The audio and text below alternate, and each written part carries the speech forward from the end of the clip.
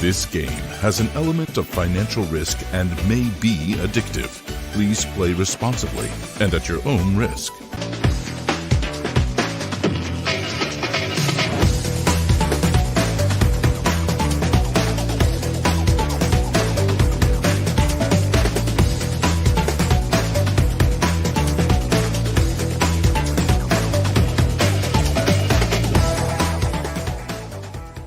This game has an element of financial risk and may be addictive. Please play responsibly and at your own risk.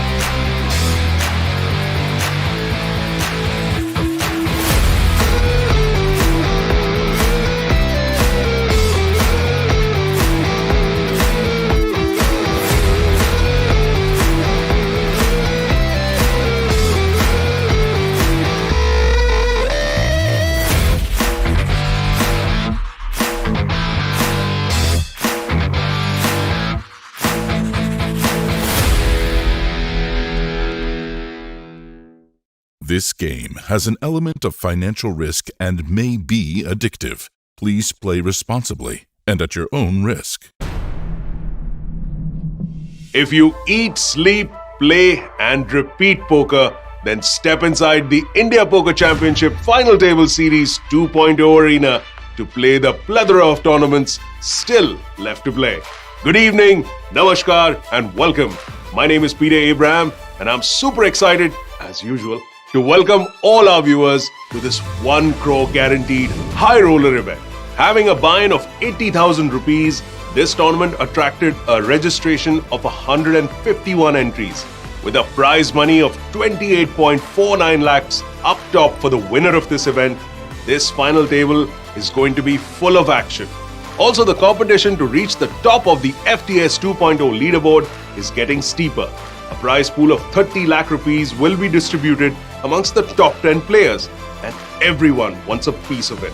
And the top spot itself on that leaderboard gets to take home 10 lakh rupees. And at this moment, Ankit Bajaj, aka On My Mac, is still sitting comfortably on top of this ladder. But hey, things could change really soon. For the final table of this 1 crore guaranteed high roller event, I'm going to be joined by someone who created history on the international tournament scene by winning €1 million at the European Poker Tour's Berlin edition back in 2010. 2015 was another breakout year for this gentleman when he picked up 2 WSOP bracelets in Las Vegas and in Europe. Ladies and gentlemen, please welcome the poker wizard from Idaho in the United States, Kevin McPhee.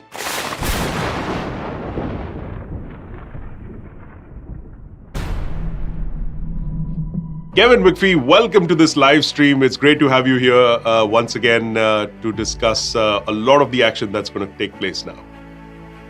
Yeah, well, I'm particularly excited for this final table. We have a familiar face at the top of the chip stacks with Ramesh RRT heading up our chip stacks under the name Resurge.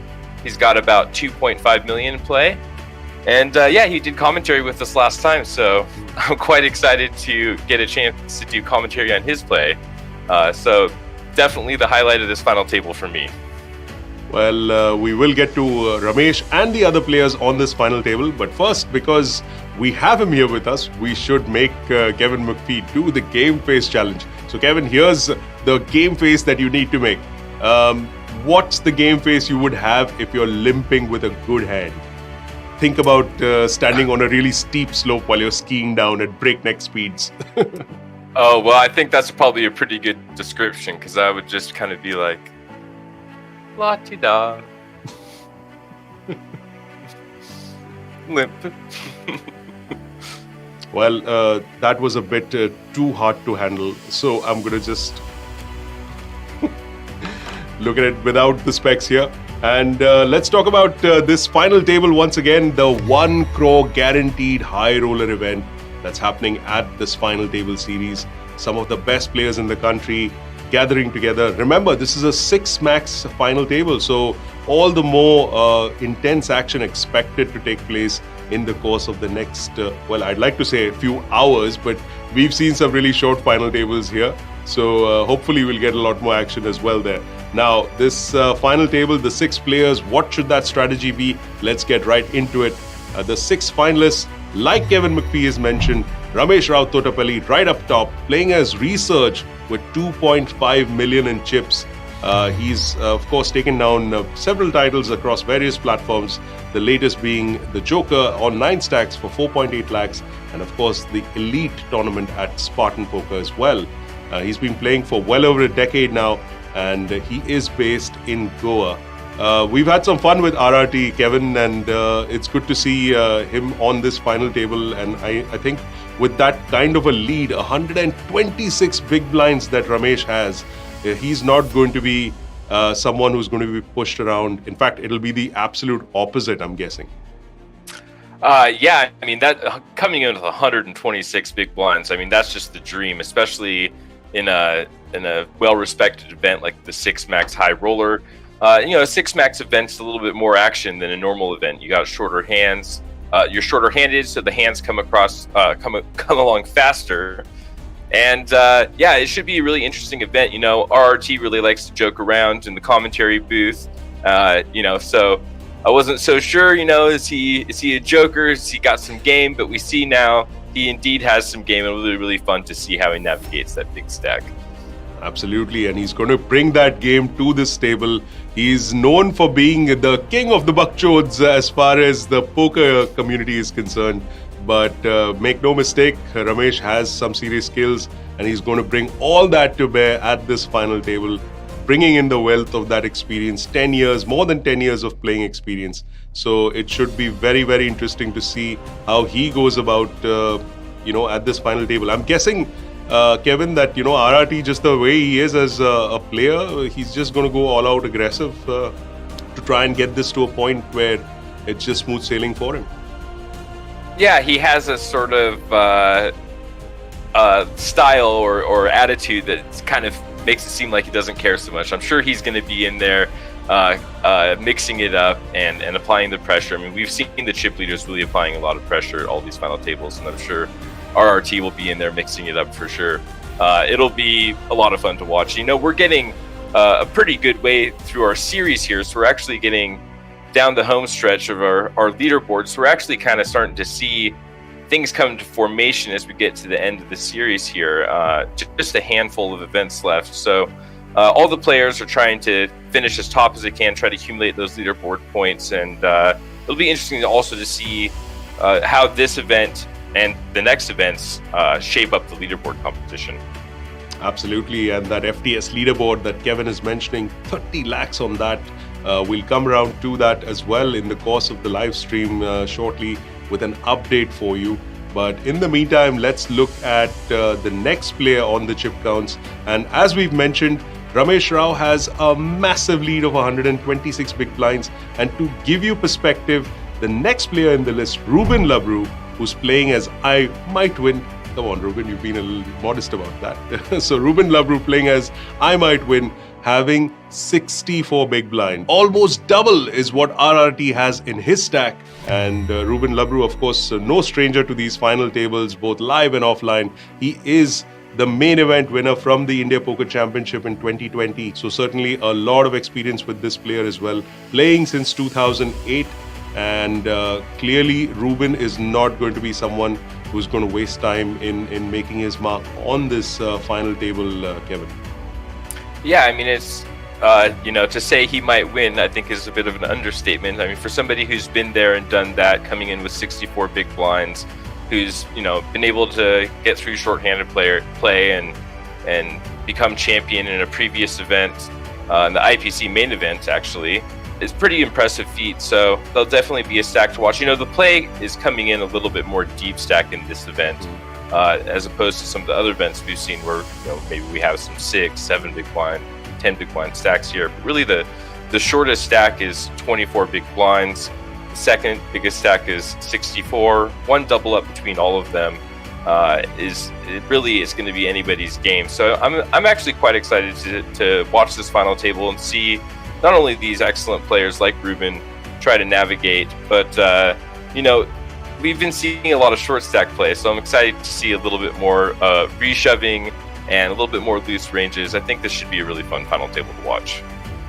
Absolutely. And very, very close on Rubin's heels is Rohit Agrawal, who's got a similar kind of a stack, 1.22 million in chips. Rohit is playing as To The Streets. I really love that nickname. And we don't know much more about Rohit Agrawal, but he's got 61 big blinds. So not much of a difference between him and Rubin's stack. And definitely being at this final table means that he has some chops. So he'll be expecting to run deep as well. And a very similar stack to Rohit Agrawal's is our next player on this list. And that is Anujkumar Kodam playing as Atman 108. He's got 1.09 million in his stack. And certainly Anujkumar is someone who's also got plenty of major titles on his poker resume. The big ones being the Pokerbazi Moneymaker back in 2017 for 30 lakh rupees. And he's also scored a title at the Adda 52 Millions High Roller event. So hey, High Roller then and High Roller once more here at the FTS. So certainly no lack of experience for this player. This 31-year-old player who's based out of Bangalore has got 55 big blinds. And again, many of these stacks, we're used to seeing slightly shorter stacks in the previous events, but being the high roller, this is quite a deep stacked final table. Going on to the next player, Sumit Sapra, a well-known player on the Indian circuit, both in the live and the online spaces. He's playing as Addicted, or Addicted as it were, 942,000 in chips. Sumit has a wealth of experience. He's come third in the IOPC main event in 2020. He's won the Millionaire Tournament, 2 of a kind, super high roller in previous years, and he's also scored a third place at the APL High Roller in Vietnam back in 2019. Back in 2019 when live poker was a thing. Remember those years? So those it's been, yeah, I mean, it's just every time I see the kind of stats that we get to talk about these players, it just sort of hurts a little bit thinking about what used to be not very long ago. But here we are in 2021 now, and hopefully things will get better for live poker as we go along. Because certainly online poker and things like the IPC's FTS are making sure that the flag is flying high. Sumit Sapra has been playing poker since 2010 and he's based out of Goa. I think, Kevin, you've perhaps seen Sumit Sapra play before as well? Yeah, I've seen Sumit around the scene a little bit, and I'm really looking at these short stacks kind of mixed up here. I mean, it is kind of interesting when you're one of these middle stacks, but there isn't a really short stack to have to contend with. It kind of takes the pressure off you a little bit. Yes, there is a 24 big blind stack in the back, but 47 big blinds, you got more than double last place. But also kind of that same storyline. It's like, do you want to outlast, make sure that you at least lock up fifth place money, or do you want to go for the win? So I'm looking at AA, Atman 108, and AA Addicted. Seems to be a lot of AAs going around here in these screen names. I wonder if that's going to be some foreshadowing for the final table. So yeah, definitely a lot to watch out here for, and obviously we have a lot of very talented poker tables, as you would expect at a high roller 6-max event. Plenty of online titles between the lot of them, so it really should be a lot of fun to watch this one.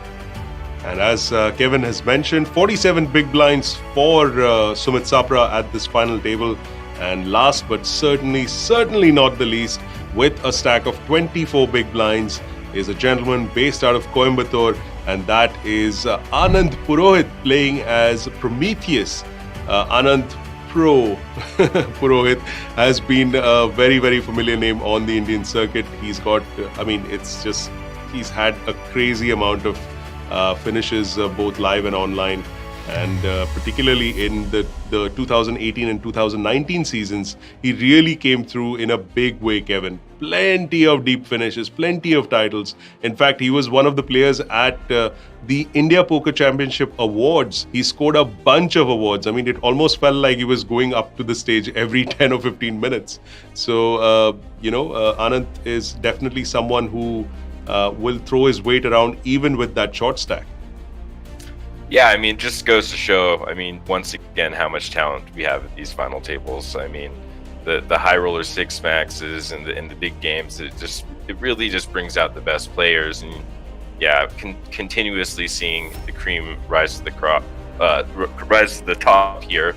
And yeah, it's just going to be a really fun final table, especially for Anant, who is coming in as the short stack. It's going to be 24 big blinds, really just looking for his spots to reshove and trying to put some pressure.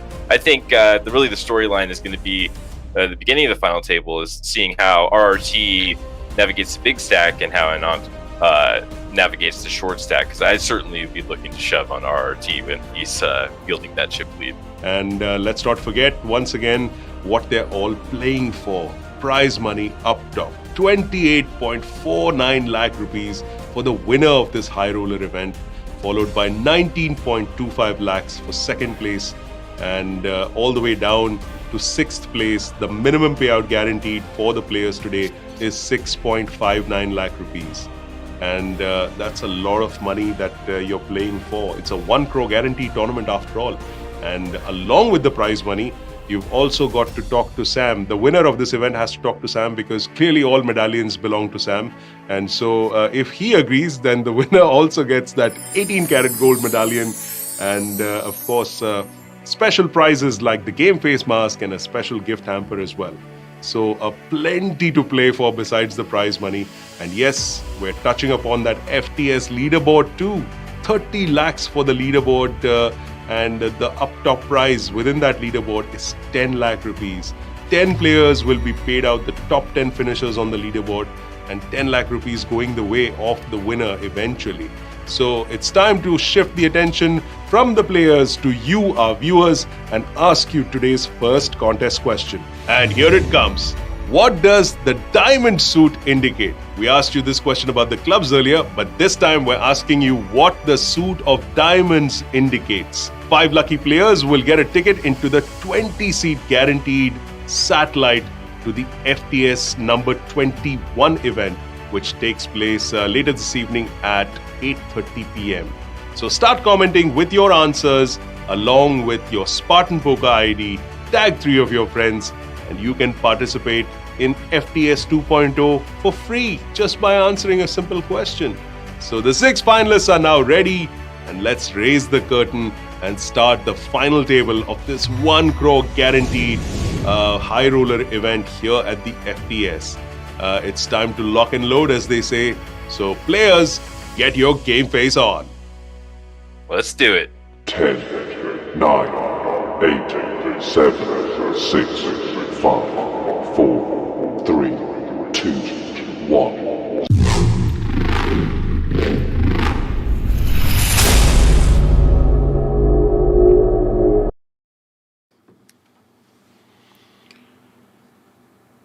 Well, not too long now for the cards to be up in the air as we catch all of this action from this IPC High Roller.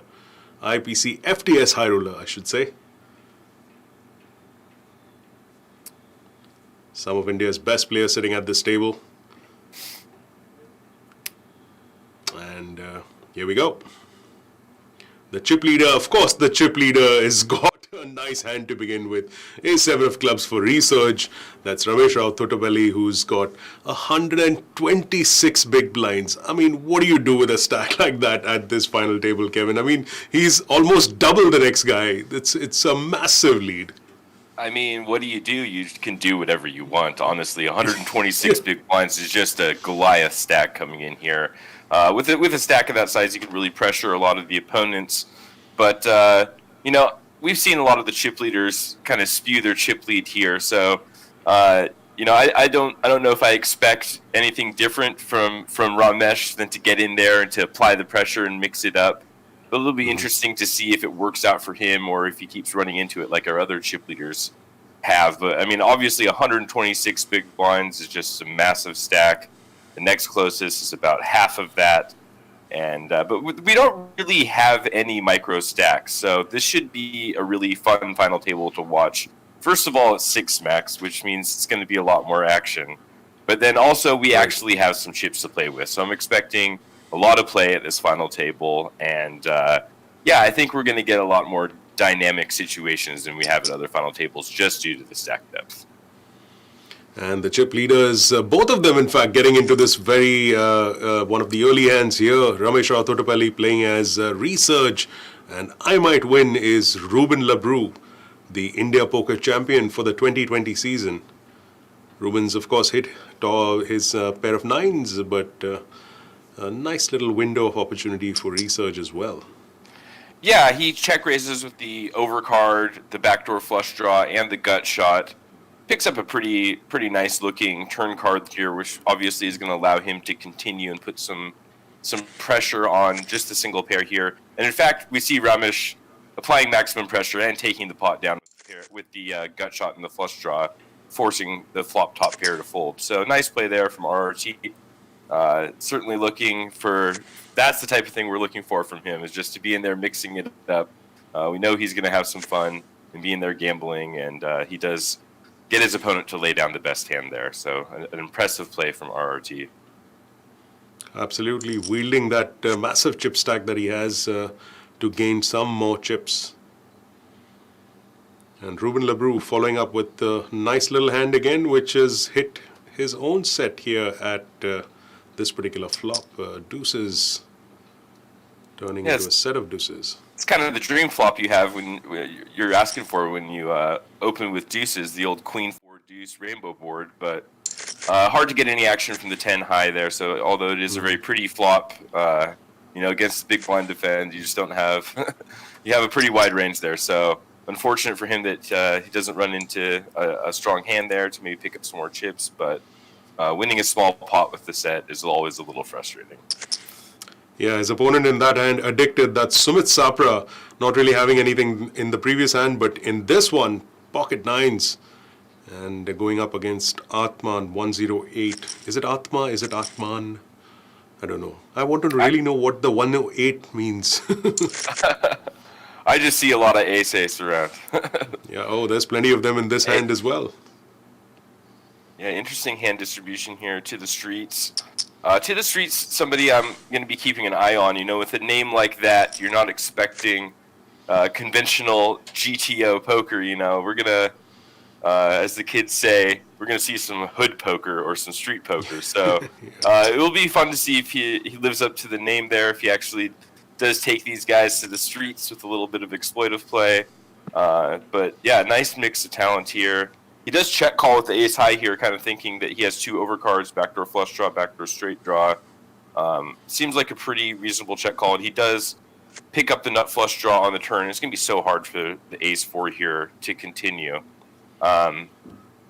Interesting spot here. I think it would be hard to think that ace high is good here, but with such good blockers, to the streets does go for the bet.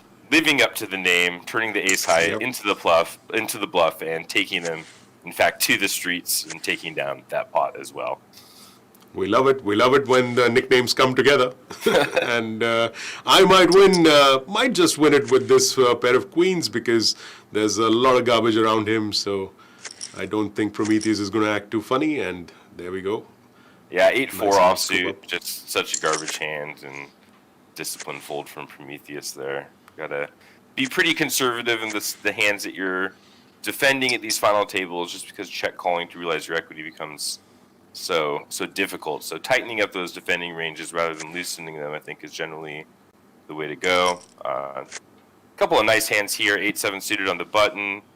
Queen 6 suited, a pretty easy defend in the big blind, and he flops 2 pair. We're going to see a c-bet from the button here. Now, it should be interesting to see if RRT decides check raise or just check call. I suspect he'll be check raising with a hand as strong as 2 pair, which he does, and takes it down. So nice start to the final table for Ramesh. Well, it just got a little nicer, but again, the 2 chip leaders tangling with 2 interesting hands. Yeah, ace king suited here for I might win.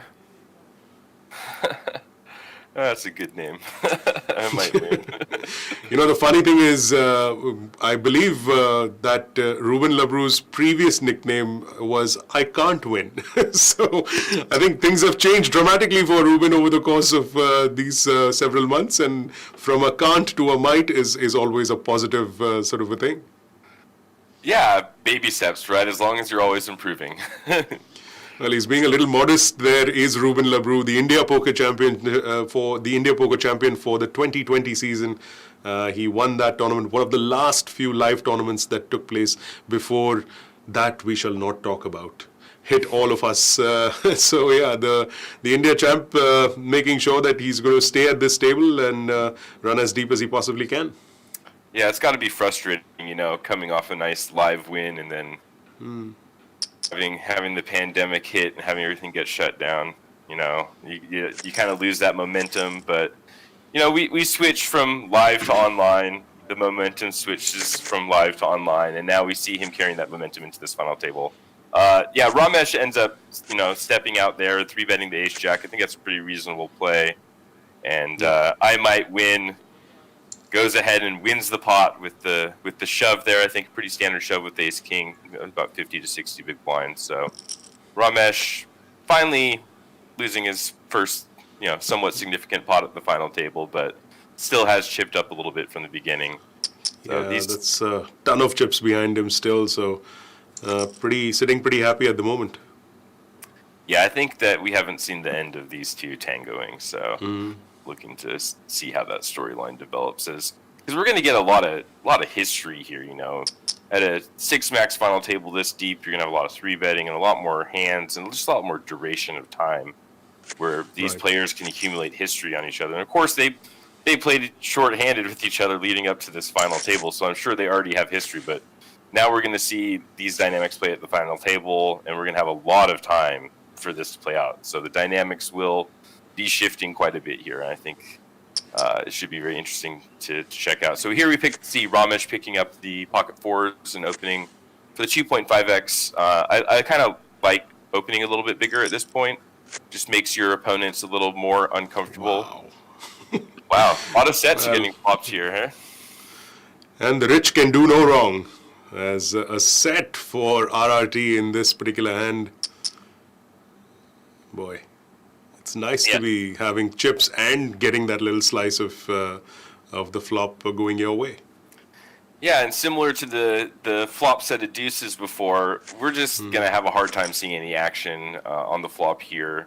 Just too weak of a holding from the big blind defend with the 7-3 suited, and kind of a little frustrating. We've seen a couple flop sets here, but no big confrontations. But I'm sure he'll be happy just to win the pot anyways. But definitely frustrating. When you flop a set, you really have dreams of getting all the chips. So when your opponent just checks folds, it's always a bit annoying. Well, kings for Prometheus. That's Anant Purohit with his ace king hitting his king on that flop. And of course, immediately putting out a bet there, about half the pot. Yeah, it's kind of an interesting spot with Ace King. I think that you could split between checking and betting there. I think that if you check, there's probably a fair amount of hands that he wants to bet. Plus, you have the ace of diamonds in your hand, so you cover the backdoor flush draw. Yeah, I certainly don't mind a bet there, but I think maybe sometimes I'd check too. So. Yep. Well, one of the players who had a pretty deep run in this tournament, but couldn't quite get to this final table. But we're happy about that in a certain way, is because she gets to join us here in the live stream for this FTS High Roller broadcast. I'm of course talking about Muskan Sethi, who is going to join us right away in this live stream. Muskan, welcome.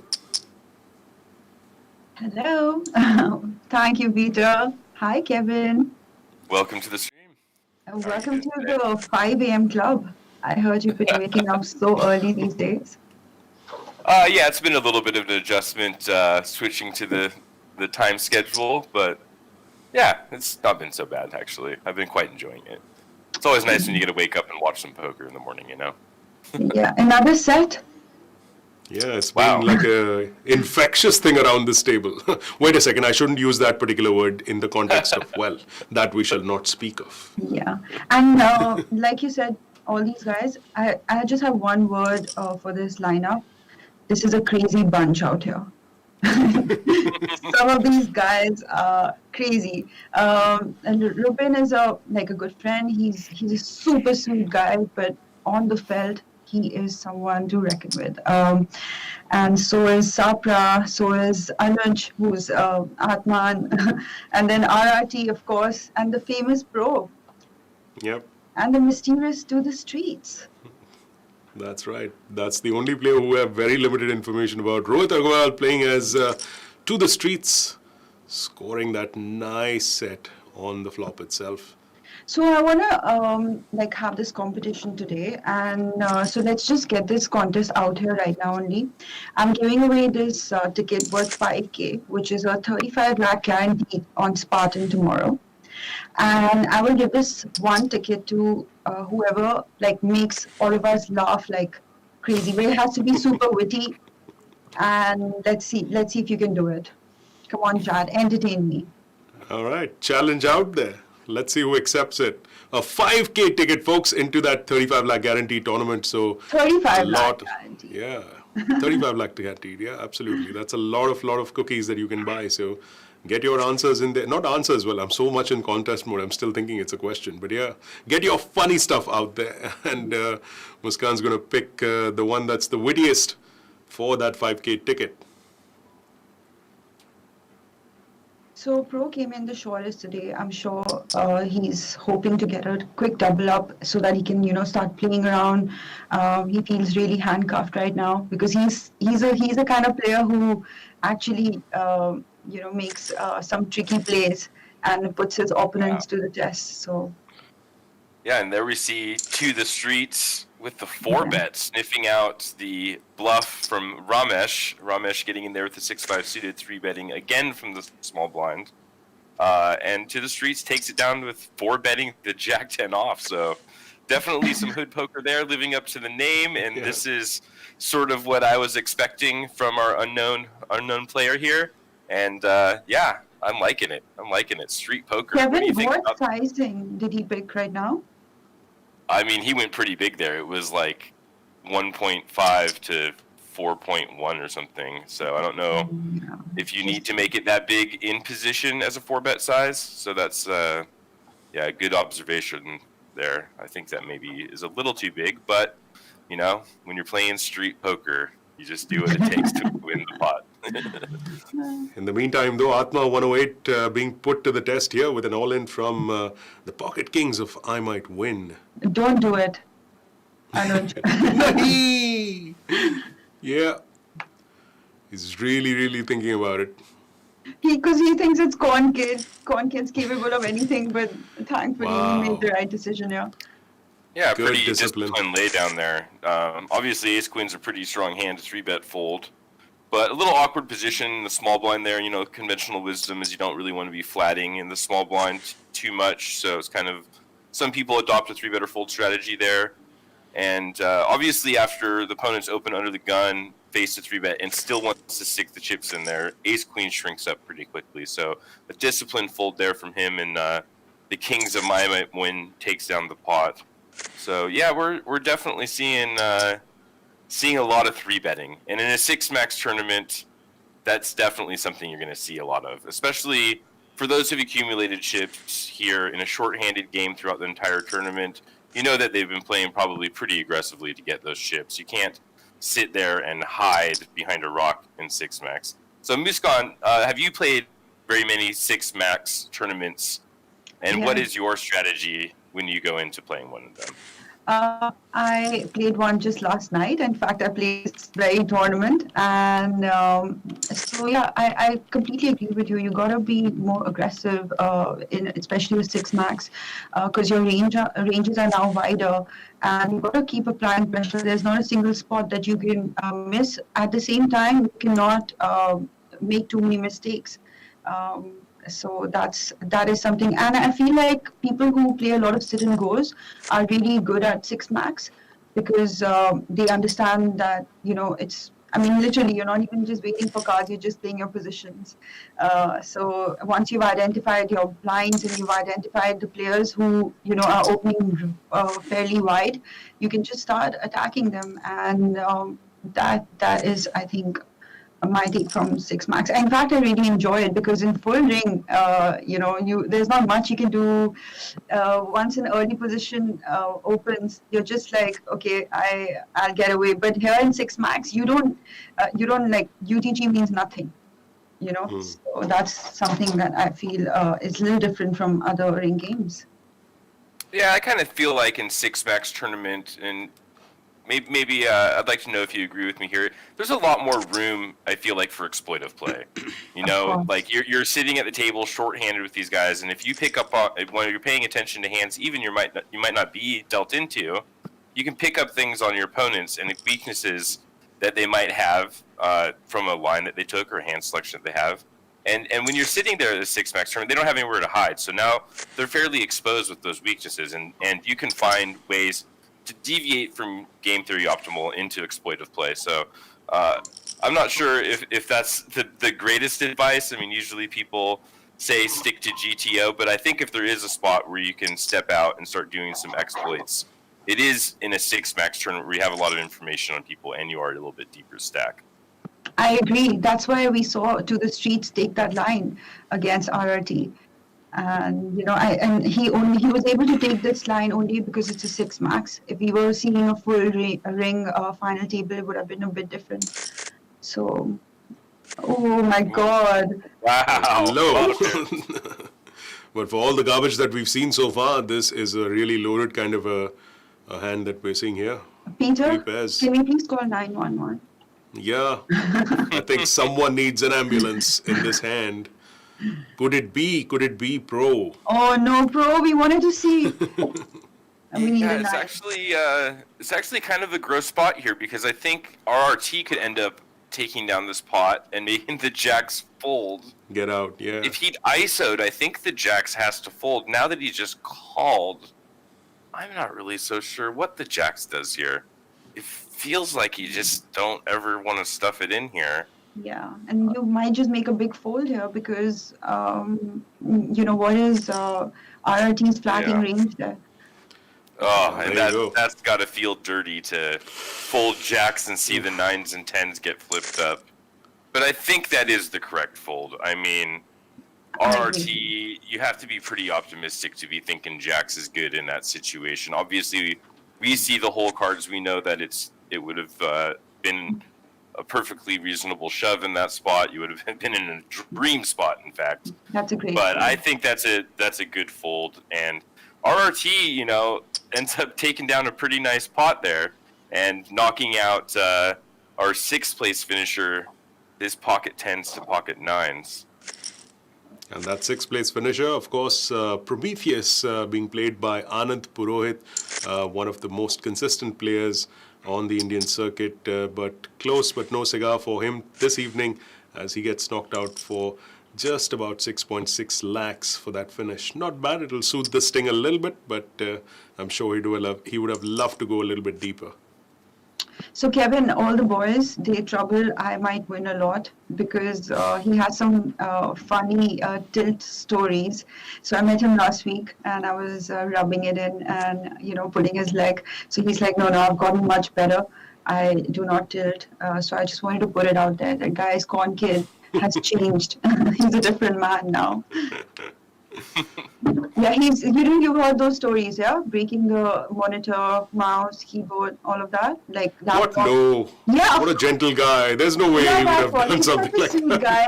And I obviously thought that's not true. But when I was hosting the series of podcasts, and every time I asked them, who do you think is a tilt master? Every person said corn kid.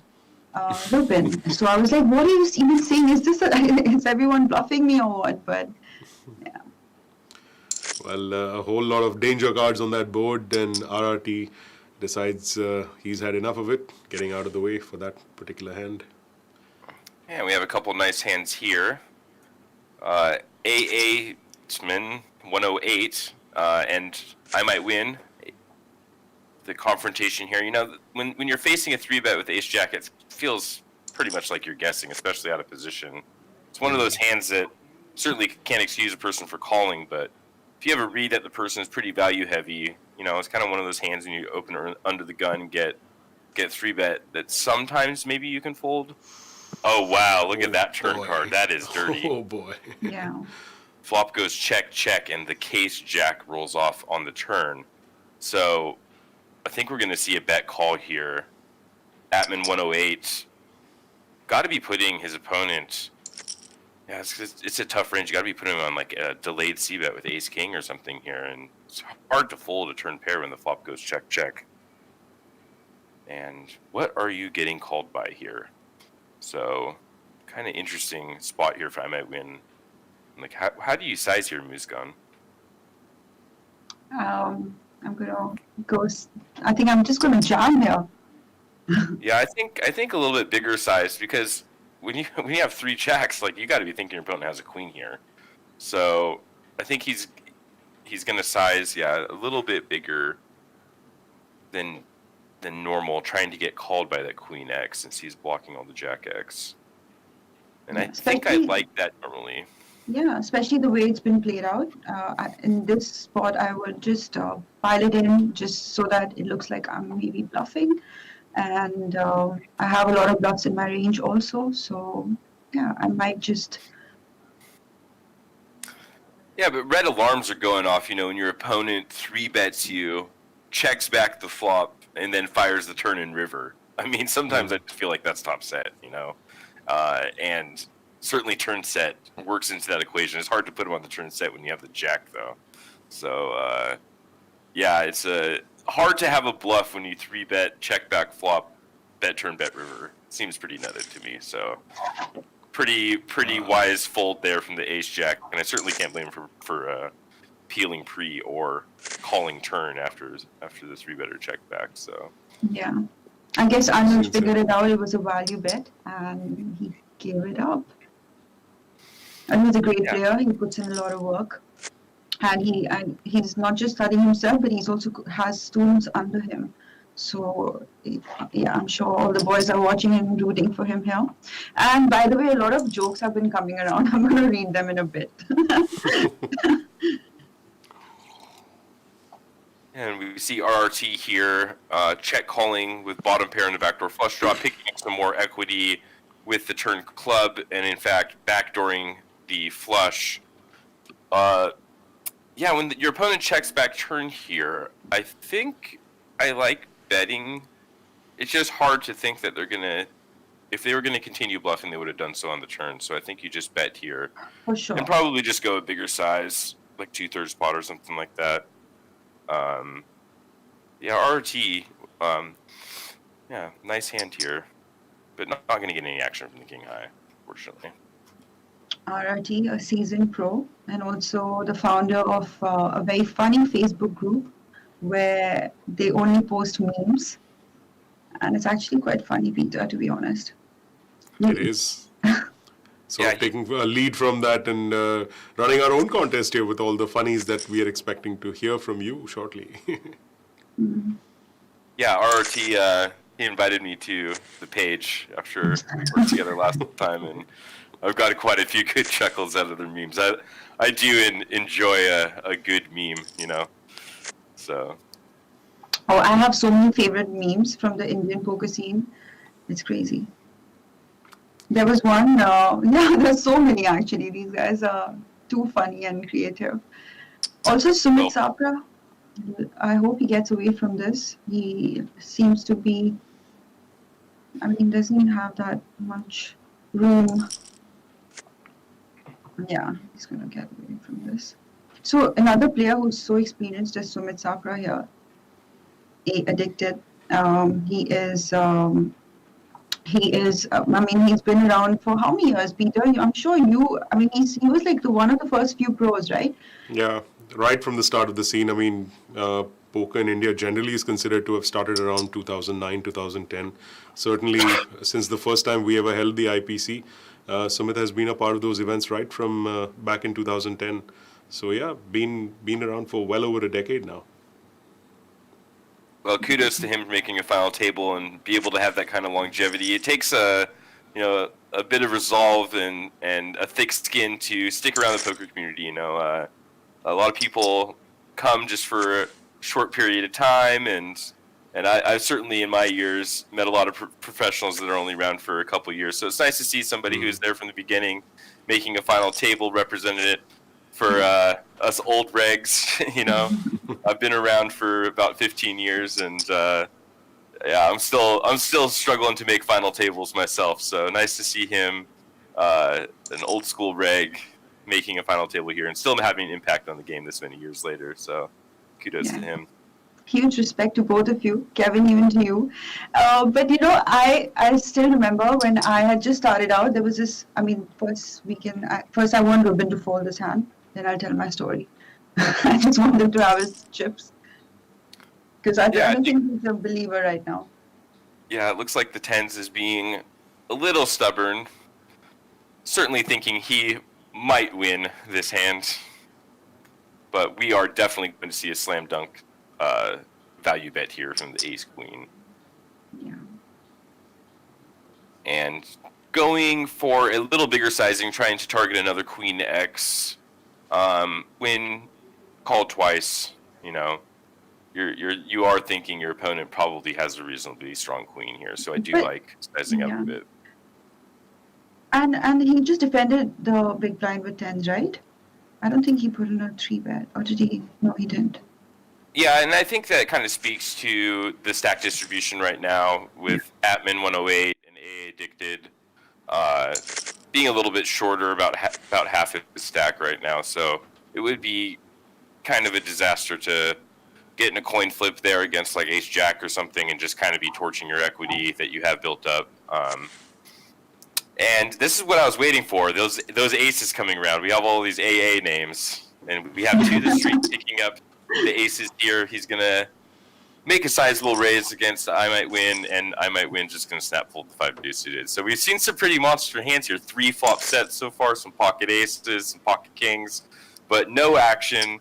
A little bit deeper stack, and so the players are kind of waiting for massive hands to collide. And this kind of happens when you're a little bit deeper stack as opposed to our other final tables. A pretty decent flop here for the queen 10, up and down with the jack to the nuts.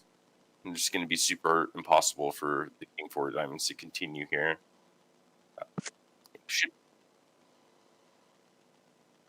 And we see a check back here. I mean, it's not a bad board to check back just range-wise, because you're supposedly the big blind's defend range is going to be all over that 9-8-7 board. And the traditional wisdom is that with compressed range from under the gun, it's going to be harder for that compressed range to stand check raises on this. Now, the queen 10, if there is anything that you're going to see bet, the queen 10 and the jack 10 are probably two of the nicer hands to mix in there, plus some sets and stuff.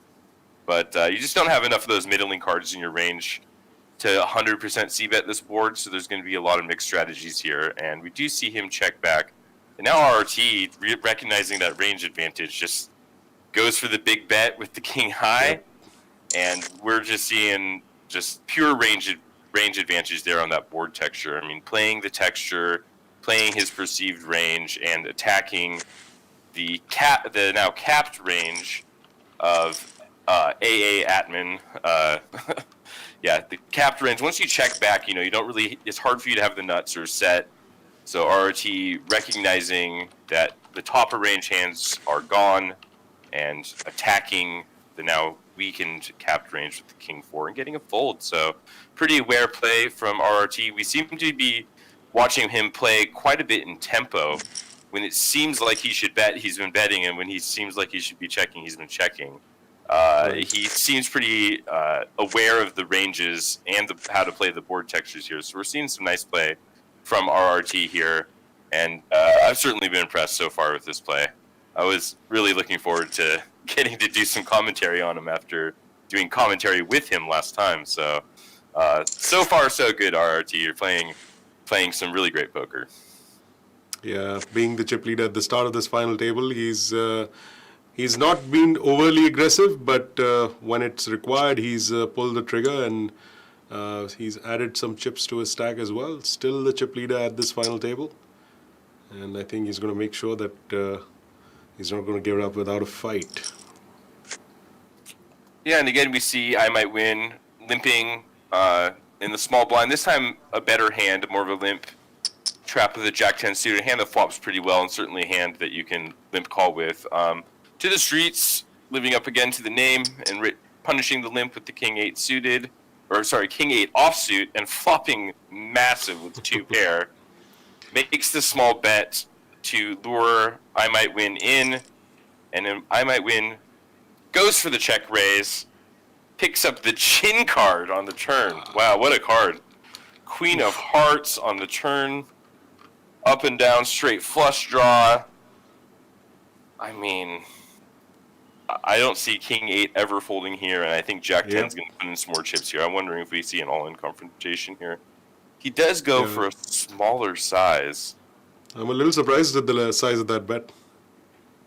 Yeah, it kind of feels like you would go for a big size here, but once your check raise gets called, you obviously know your opponent has something, like probably minimum a king, and I think he's aware that he check raised into a king here, and now is trying to name his price for showdown, and I don't think it's going to work. I don't think the King 8 here can just let him draw on the board, but it does work. King 8 just calls, giving him even more rope, not protecting the hand there. So definitely playing dangerously, not trying to protect the King 8 there. Hood poker, as you can see it right in front of you here, by to the streets. And, well, it remains to be seen exactly what I Might Win decides to do here. Yeah, and the King 8 raising the limp with the King 8, there's an interesting argument there. It's kind of, I think maybe just more of an exploit play. You don't really think your opponent's probably just over folding when you do that. You don't really think, oh, I'm going to be dominating a whole bunch of 8x that he's check calling. So I think kind of recognizing from before that there was some limp folds happening and just trying to find more hands to put it in there.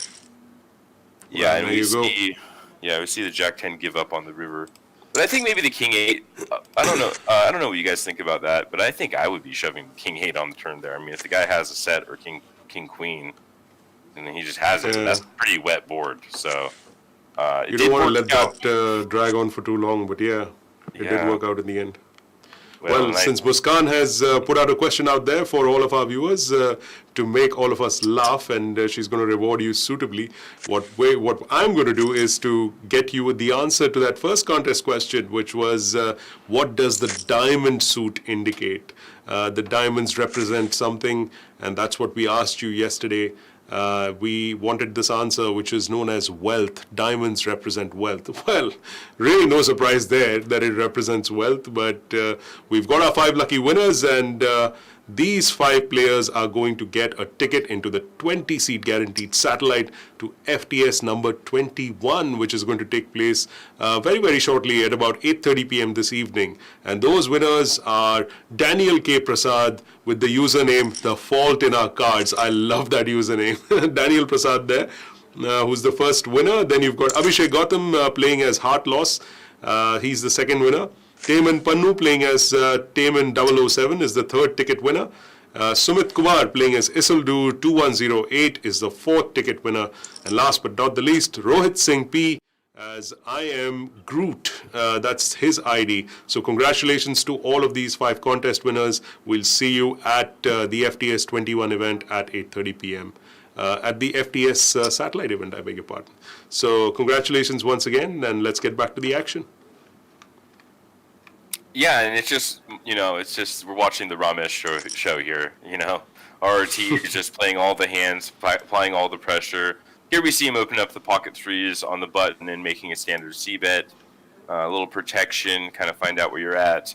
AA addicted, calling with the ace high and spiking the ace on the turn. I just don't really see any more chips going into this pot from Ramesh.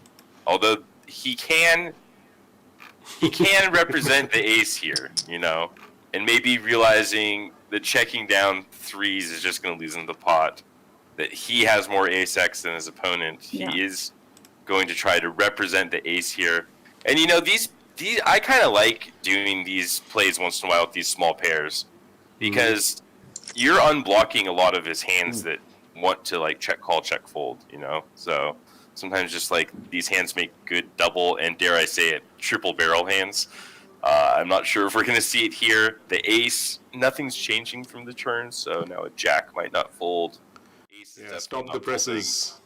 AA addicted has got AA as well, so yeah, and I think Ramesh could have triple barreled there, but he was pretty aware of that river card not changing much, and his probably not going to allow his opponent to get away on that river. So he does shut it down with threes, checks back, and AA Addicted takes it down with the trip aces. So the name is checking out.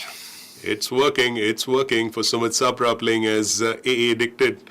And I'm going to try and get another contest question going. But before that, let me go and get a cup of coffee as well. So I will see you guys in a little while from now. Okay, enjoy. Thank you, Peter. And we see Ramesh opening here with the King Jack from under the gun. I might win, peeling the ace 8 suited from the small blind. And I kind of like peeling these suited aces from the small blind to get kind of a discount. It's cheap flop, and these hands have pretty high implied value. Kevin, I did the same thing. I peeled with ace 8 suited yesterday versus Rocky, and it was a different story. I basically hit my trips, and he had a full house. Oof. So if I had a 3-bet pre, I'm sure he would have, kind of folded, because it was just a pair of deuces.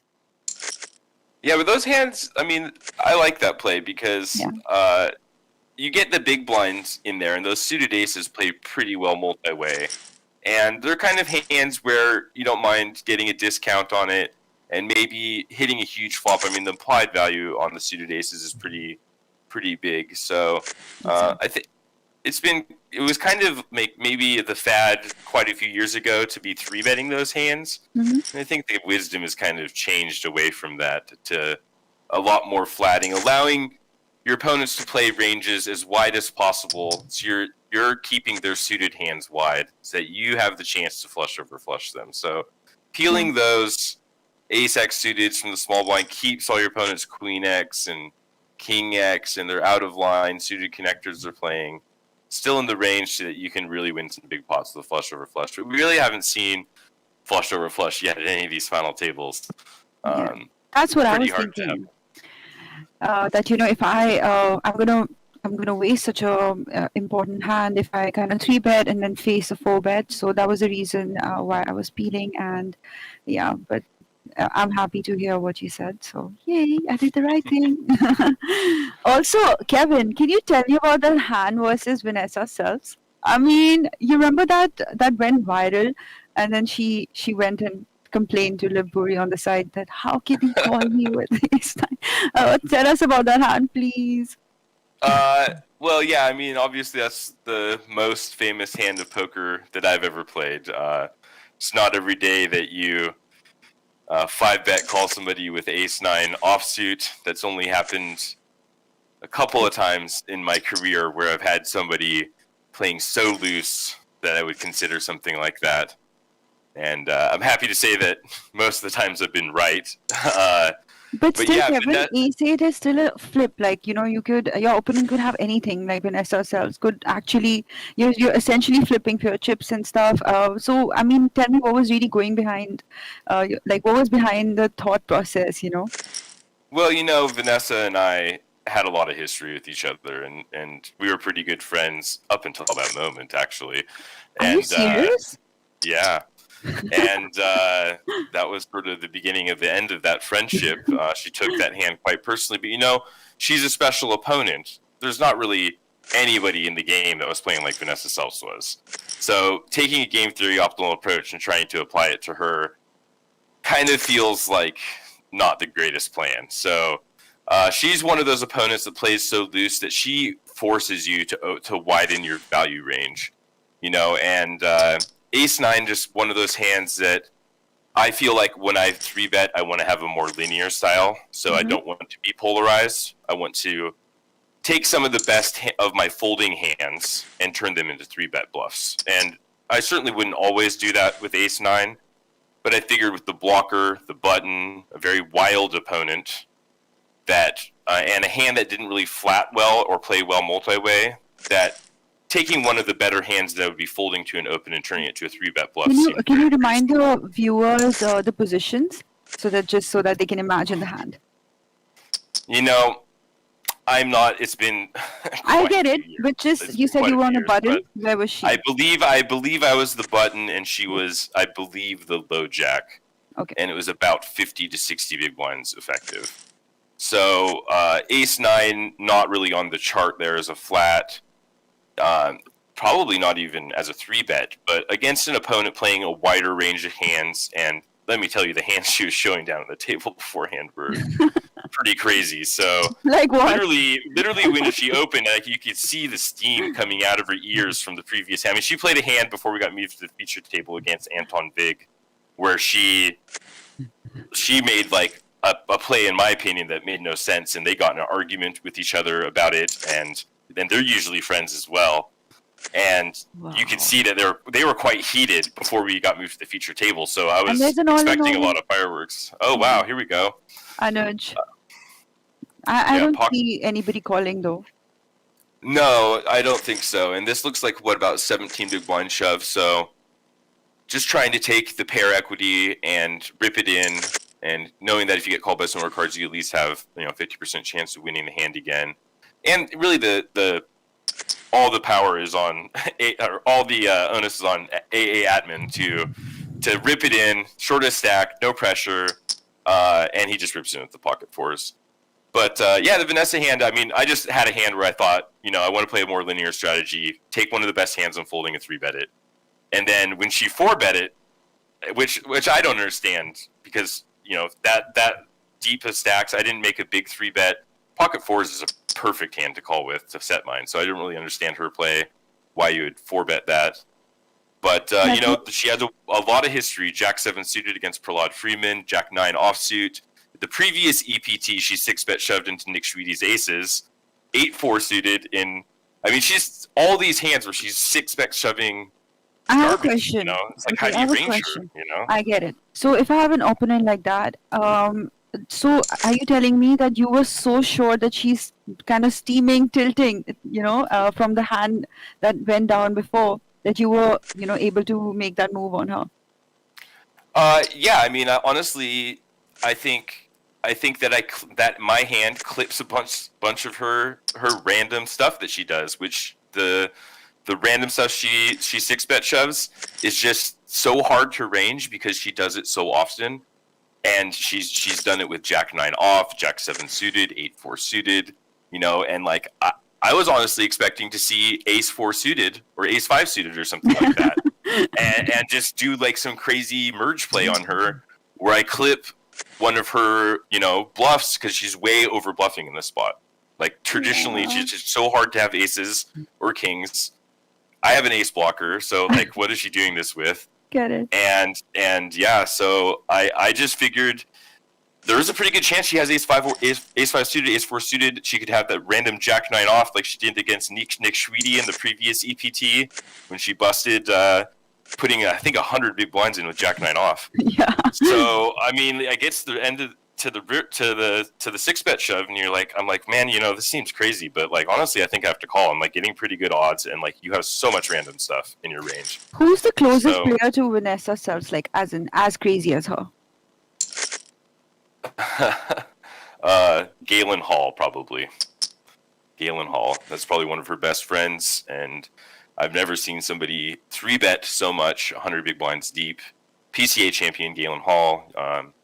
Yeah, so I think that he is probably one of the more aggressive players. I know he talks strategy a lot with her, but Vanessa, I think when she first got into poker was backed by Timex or something like that. So she had very good teachers. The best teachers, and she was living in Europe on exchange in Madrid when she first got into poker. So she was able to tap into the international scene and big 2+2 big forum poster back in the day, and that allowed her to network into backing arrangements with some of the best players in the world. So Vanessa, super smart, super talented player. But man, she was just always getting after it. There was no slowdown. It was like she couldn't hold a hand. She couldn't hold a hand, and. The funniest part to me about that hand was her saying, you're always coming after me, and it's like, I called you. You 6-bet shove. The highest card in your hand was a 4, and you're telling me I'm coming after you. I called you. You play a style that forces people to loosen their ranges, and I loosened it to a point where that made you uncomfortable. But like, I knew her game very well, and I knew that when she 6-bet shoves, her range is super wide, and like in fact, I don't even know if she 6-bet shoves aces or kings because she just flats those. So when she does it, she probably just doesn't have anything. So that was kind of the logic there. It's one of the weirdest hands I've ever played. Obviously, super famous, and I can understand because you don't do that, right? You don't 5-bet jam ace 9 off on just any other random player or even someone you think is super aggressive. So what you did was actually an exception. It was a rare exception, which I said at the time as well. There's only one other hand of online poker I've ever played similar to it, and I remember the hand specifically against Alex Fitzgerald. Well, RIT, 3-betting. The King 4 suited. It's going to be a little awkward here for the 8s to continue on the Queen 9 board. I think RRT is going to go for a smaller size here, but when you 3-bet and get called, feels like there's going to be a fair amount of Queen X in that range. So when the 8s peels one off here, well, the club makes things interesting. RT actually likes that turn. He's like, okay, see my boss play. Because I guess to the streets is going to fold to another barrel. Yeah, I mean, there's a lot of ace high and like 9x and pairs here that you don't really want to check call with a flush draw on an overcard on a board pair. But I think I'd like to just see another bet here. And yeah, he goes for a pretty big sizing 6 into 9. Is that right? Yeah. Because I guess he really wants to the streets to fold, and oh my god, he's not going to get a fold anymore. But I think it's just so hard for him to continue bluffing with the King X when you size 2/3 pots on the board pair on the turn, still get called. Whew. I mean, this is exactly the hand you're targeting when you make that size. So that's got to be a little frustrating to see the 8s get stubborn and then boat up on the river here. But yeah, we do not see another bet from Ramesh.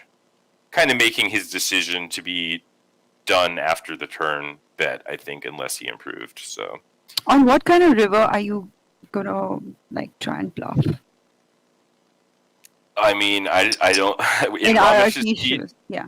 yeah, I think that there's probably just none. Once you do that sizing on turn, if you want to plan to execute a bluff on the river, I think I'd size small on the turn. Kind of that Bryn Kenny sort of line. Three bet small, all in. Just lure them in, and then slam the hammer down on the river and just scoop all the pot. That's the Bryn Kenny style. And if you are setting up for river shoves, I do like betting small along the way. Wow, A7 suited with the reshove, and AA addicted waking up with the AA to knock out. In 5th place. So, wow, yeah. That's what I was looking for. Some aces. It's my favorite hand. Mine is Jack 10 suited. I know I'm a fish to say that because everyone's favorite hand should be aces, but I just feel like Jack 10 suited is such a aces cracker. Yeah, I actually had a really interesting spot in the main event of the World Series of Poker one year, where I played a hand against Jack 10 suited, and I think we were just gotten into the money. I was playing 100 big blinds deep in the money of the main event. Very soft table, winning a lot of small pots. And then this hand came up where I opened the small blind with ace king of clubs. And I had 100 bigs. The big blind was this older Asian gentleman. I believe his name was Soon. His nickname was Tsunami because he was such a whirlwind with the chips. So I open ace king suited, and he just goes all in for 80 big blinds. Wow! And I don't think I called. Can we profile this player a little bit more? Can we have a little more details, please? I mean, I didn't know very much information on him. Obviously, we're playing the main event. Random guy, older Asian gentleman. Kind of gives me squirrely vibes, so I'm not thinking he's gonna do something crazy. RRT. Oh, let's go, RRT. Yeah, I think he's gonna run into it here, though. I don't know if the 10's gonna be folding with how much RRT is gonna be 3-betting the small blind, and yeah, we see the 10's with the 3-bet. RRT definitely is not a fan of flatting these small blind situations, but I can't really blame him at a final table. I mean, you want to be applying. Of course. Max pressure. That's what Jakobsen was saying. I had a podcast with Martin Jakobsen, and he said that, till the time they allow me, I am going to exploit the table. So once they start playing back at me is when I'm going to, think of adjusting, and I'm going to, respect the chip leader or whoever's applying power on me. So, yeah, that was good. So what were you saying? Continue. Sorry. Oh, yeah. So I opened the ace-king suited, and he just rips 80 big blinds, and I'm just like, I'm not folding this hand, so I call, and he shows the Jack 10 of diamonds. What? Flop 10-10, and it actually spurred a really interesting discussion amongst me and my friends about whether or not it was actually even worth me taking this gamble in this spot. We're in the main event. I have an extremely amateur table, lot of chips. Do I want to play a massive coin flip against a random blind versus blind when I can just fold and keep doing the same thing? Kevin, you could have aces. He did the same thing. So after I busted, Griffin Benger moved into my seat, and he told me that he limped 100 big blinds deep, small blind. The guy went all in. He folded, and the guy flipped over 7-3 offsuit. So, yeah. So I have nightmares of the Jack 10 suited because that hand I called it the Ace King and just came 10-10, and I was dead. Do you know Griffin? I don't like Jack 10 suited. I used to like Jack 10 suited, but since that hand, I don't like it anymore because it's not so good. I was saying, do you know Griffin well? I used to be pretty friendly with him back in the day. Yeah, but can you say something to him from my side? Sure. Can you tell him to check your privilege? Tell him to check his privilege, please. Oh, man. Yeah, I don't know if I've really talked with Griffin too much since that famous hand in the famous final table. I mean, I was there for that final table in person because I was rooting on my friend Michael Ruane, who was at the final table, Feek. And, what's his story? Where's he from? Michael Ruane, he went deep 2 years in a row. I think he got 10th and like 5th or 6th or something in like 2 out of 3 years. He was an online player that moved out to Malta with his brother. When I was traveling around the European Poker Tour, there weren't that many Americans around, so I met him when he was probably like 19 or 20. Kevin, look at this. Wow, AA addicted. Let's go. It's so funny how I was wondering. I'm like, is this guy just really going to pick up aces the whole final table, even before the final table happened? Sumit Sapra already done twice. Yeah. Well, yeah, it's nice to be running good at the right point of the tournament. We're not probably going to see too much action here on the Jack Deuce board.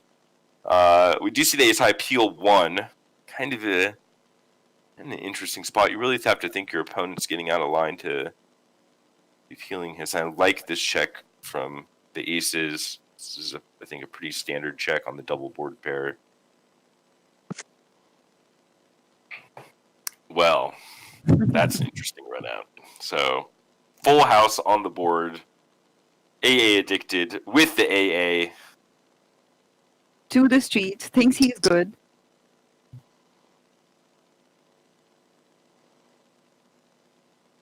Yeah, and making it a sizing where he's just trying to get called, you know. His opponent checked back the turn here, so correctly assessing that he probably doesn't have a turn full house with the jack or deuce. Otherwise, he probably would have bet the turn. Kind of going for a small sizing here, and yeah, calls. You call it all over, baby. I call and I play the board. Oh, even that hand is amazing. It's all over, baby. I want to say that when I win. When I'm in a heads-up situation, I'm just waiting for that. And I'm going to say that to my opponent. Oh, okay. Well, King 3 ripping it in here and hitting the flush on the river. So GG. I might win. Did not win this hand, and he will be our 4th place finisher. I wanted him to win, you know that, even though he was an underdog coming in with the stack sizes, but I was hoping that he's going to be our champion. But now it's to these boys. I mean, maybe next time when he comes back with a new screen name, I will win. Oh, you remember there was this one time where on a PokerStars tournament, there was this one person who wrote "I want Millie," and then he actually did win the $1 million Sunday Millions. So the Russian guy, right? I want million. Instead of writing "I want Millie," I think he wrote "I want Millie," right? Yeah. That went viral too. Oh man, that was classic. So yeah, we're getting down to 3-handed play here, and to the streets, Ramesh and AA addicted. Pretty nice lineup here, and to the streets flopping the flush, but Ramesh gonna snap fold the 7 high. And yeah, we're playing. How deep are we playing here? So 32. Playing like 40 bigs deep for the shortest stack, so I think we're going to have quite a bit of short-handed play here.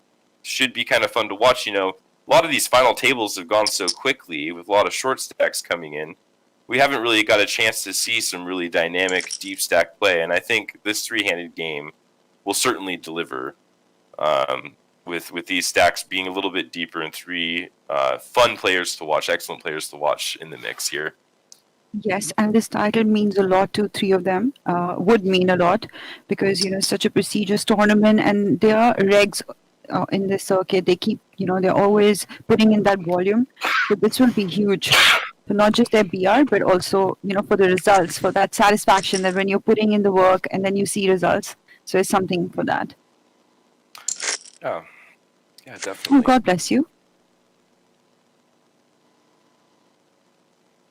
AA addicted, Queen 3 off. We got some trash hands here. I mean, we're gonna have, you know, 3-handed play pretty deep. It's gonna be hard to find some hands to clash here. So it's gonna be a lot more small pots, and you know, battling over these small pots is gonna start mattering a lot here. I think that you know, to the streets and AA addicted don't want to be bloating pots against each other, and are really looking to just get Ramesh out and try to get this thing heads up, but that's going to be a tall task, I think.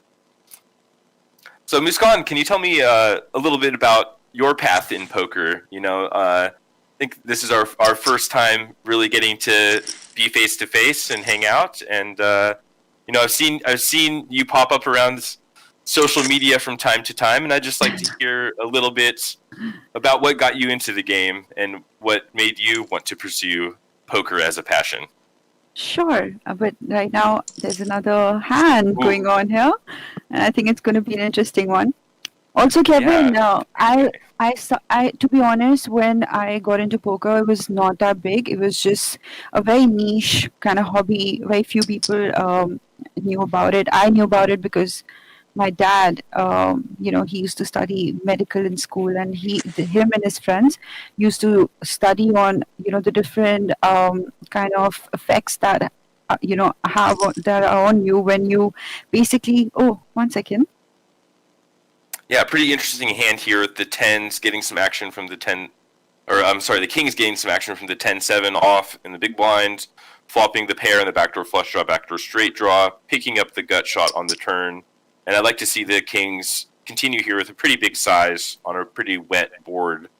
The 7 of diamonds certainly seems like a relevant blocker here, but man, it's just super tough to find a fold here, and you don't really like the check call. But yeah, it's going to be hard with so many draws on the board to release top pair, so we aren't seeing a addicted call here. And this is getting to be kind of an important pot here.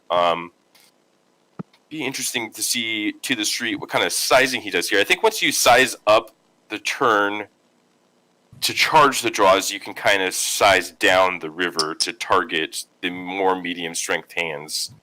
And we don't see him necessarily bomb it, but it's still a sizable bet. 5.1 into about 8.4, and I don't know what I'd do here with the 10-7. This is where the history with your opponents comes in. Exactly. The tendencies for them to triple barrel.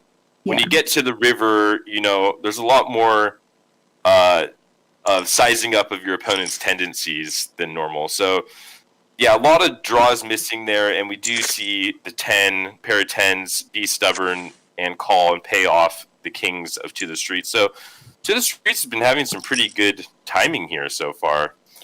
Yes, and these guys are playing for a lot of money, as the next payout will be 12,51,000, and the last payout was 10,36,000. So you can imagine, this is now big money that we are playing for. So every decision is going to be worth, lakhs. That's a lot of lakhs, that's for sure. Nice prizes that these players have locked up. And another interesting hand here, you see the chip leader and the second in chips playing very conservatively against each other. 10s just limping. I like the limp from 10s here. There's a lot of hands that want to raise versus the limps. And 10s unblocks a lot of those weaker ace-x hands that you would normally expect to raise in that spot. But To the Streets, kind of realizing he doesn't want to bloat a pot against second chips, and checks back the ace-5, and we just see the hand get basically checked down to the river and one bet take it. So you can see the conservative approach exemplified in that hand, and I think that they're going to be kind of waiting for RRT to bust before they try to get in a big confrontation with each other. Yes, the pay jumps are huge now. Yeah, massive. I mean, they have secured money that's bigger than some of our prizes and first place prizes in some of our other tournaments. But beyond the money, I'm sure they're also chasing those leaderboard points and that gold medallion. Yeah. A very coveted prize for anybody playing these tournaments. You want to get that medallion, and you want to get that special icon next to your name that denotes you as a Final Table Series winner. So the player is playing for a lot of money, pride, and some hardware here.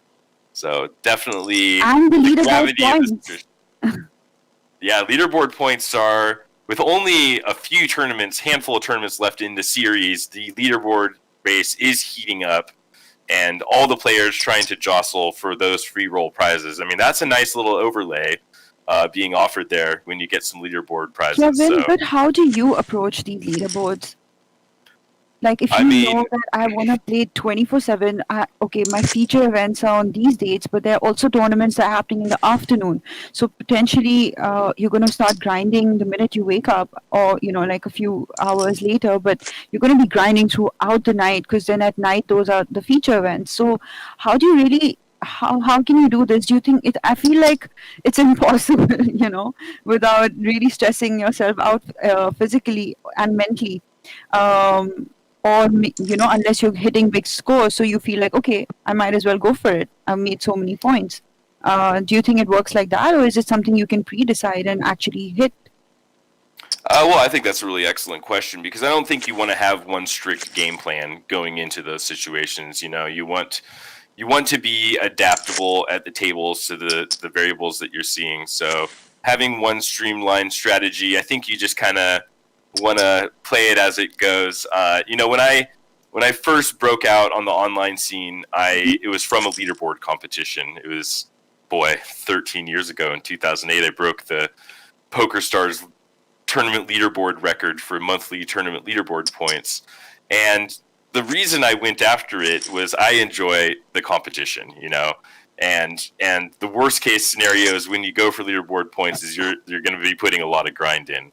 And, I kind of feel like when you have a big score at the beginning of the accumulation of leaderboard points, at the beginning of whenever that time frame is, that, obviously you want to attack more at that point because you already have some points under your belt.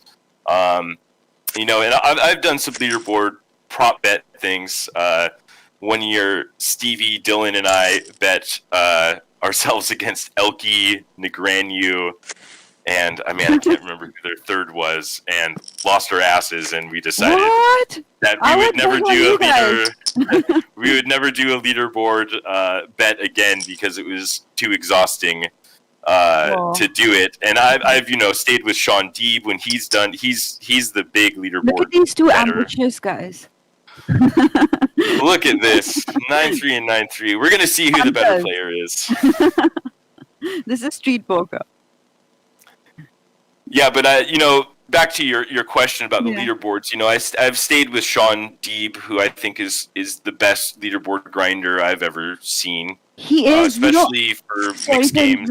Sorry for interrupting you. I met him in Vegas and had such an interesting, conversation with him. I was telling him how I got one outed in a hand. Otherwise, I would have, been on a final table of some tournament. Then he just gave it off to me. He's like, there's nothing called luck. He's like, everything are numbers and math. You will, everything will even out. And, so then he wished me well. And then his wife was coming. And I was also like, pulling his leg and all that in front of his wife. So it was so much fun. He's such a, fun-loving guy. I'd never seen that side of him, and I wish to meet him again. He really is a nice guy, and his wife is lovely. Ashley is. I'm a big fan, and they have a couple of kids together. But she actually would come and stay with us too. But he would do these leaderboard points. He would bet 100K for W Coupe leaderboard against Jason Mercier, and then he would be up.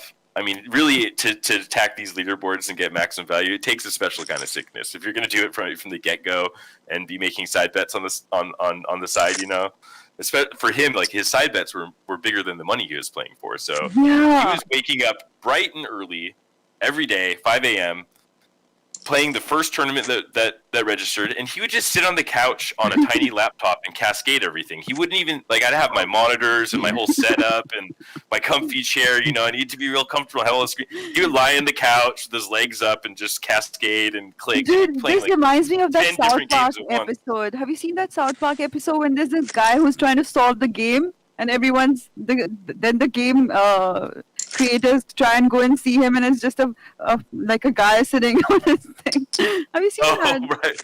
Right. I can't remember the name of the episode, but I remember the guy in his basement that he's trolling all of them in their game. That they're this big guy down there drinking his terrible pop. Exactly. Eating his trash food. Yeah.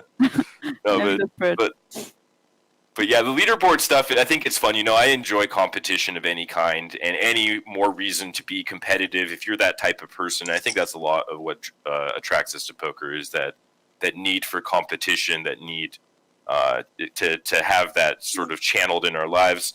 And yeah, I like the leaderboards as far as that, because it's just another layer of competition, and more competition is always better it helps motivate me. It helps motivate other good players. Yeah. And certainly, it's nice to have a little bit of a free roll at the end of the series when you put in some hard work and maybe you can get a little bit of some free cash back for chasing that leaderboard. And it's always a nice, bragging rights to be like, yeah, I won the leaderboard for that. So 100%. next time you see all your friends at the live tournament, you can kind of needle. I do that. I go and challenge better players than me, and I'm like, do you want to have a last longer before entering any tournament? Because I'm like, okay, this will keep me, motivated, and I usually win the last longers, but it would be nice to win a big tournament. Yeah.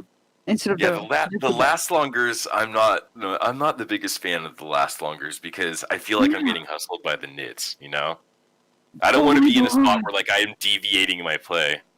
Look at this hand from RRT, going for value with the King 9 here, and he's been so aggressive at this final table. Maybe AA Addicted here gets a little stubborn, thinking that RRT is trying to rep the ace here. Very interesting hand. You got to be kind of brave going for it here with King 9. I mean, once you fade the snap, you're feeling pretty good about your hand, right? Yeah. And he does in fact take it down. So we're seeing the chips swing back a little more in RRT favors. Now AA Addicted, after losing that pot, is our shortest stack. And he's going to defend the King 8 suited here to the streets with the Jack High flush draw and the gut shot. A Addicted flopping top pair, so should be an interesting hand to watch. Yeah. Very interesting, Kevin. Well, the Jack on the turn should be enough for him to check back and try to get to showdown. I don't see much of a reason to continue betting here. And should be interesting, with the Deuce of Diamonds rolling off to see what AA Addicted chooses as a sizing here. Obviously, all the club draws miss. So I'm gonna fast forward my life story of how I got into poker and tell you about Shark Cage. So I ended up qualifying for Shark Cage, and I was there, and I played with Timex, Liv, Jason Mercier, Sam Crofton. And Mike Tyndall, and I guess that's it. It was all of us, and I was the wild card, the loose cannon, and somebody who is having this free roll versus pros and celebrities. So So firstly, basically, there was a tournament. There were like 20,000 people registered to it. It was a free roll. You had to come top 20. After getting through, you gotta, pass this quiz, and then you gotta put in your audition tape. So it was a long process, and So when I got there, and that time I used to just love poker, watch like my husband and his friends back then, like he was my boyfriend, and they all were also excited about poker. They introduced me to all these real money sites, and I used to just play on Zynga, stay up all night. Like I was so like attracted to strategic games. So obviously I was very much attracted to cards as well.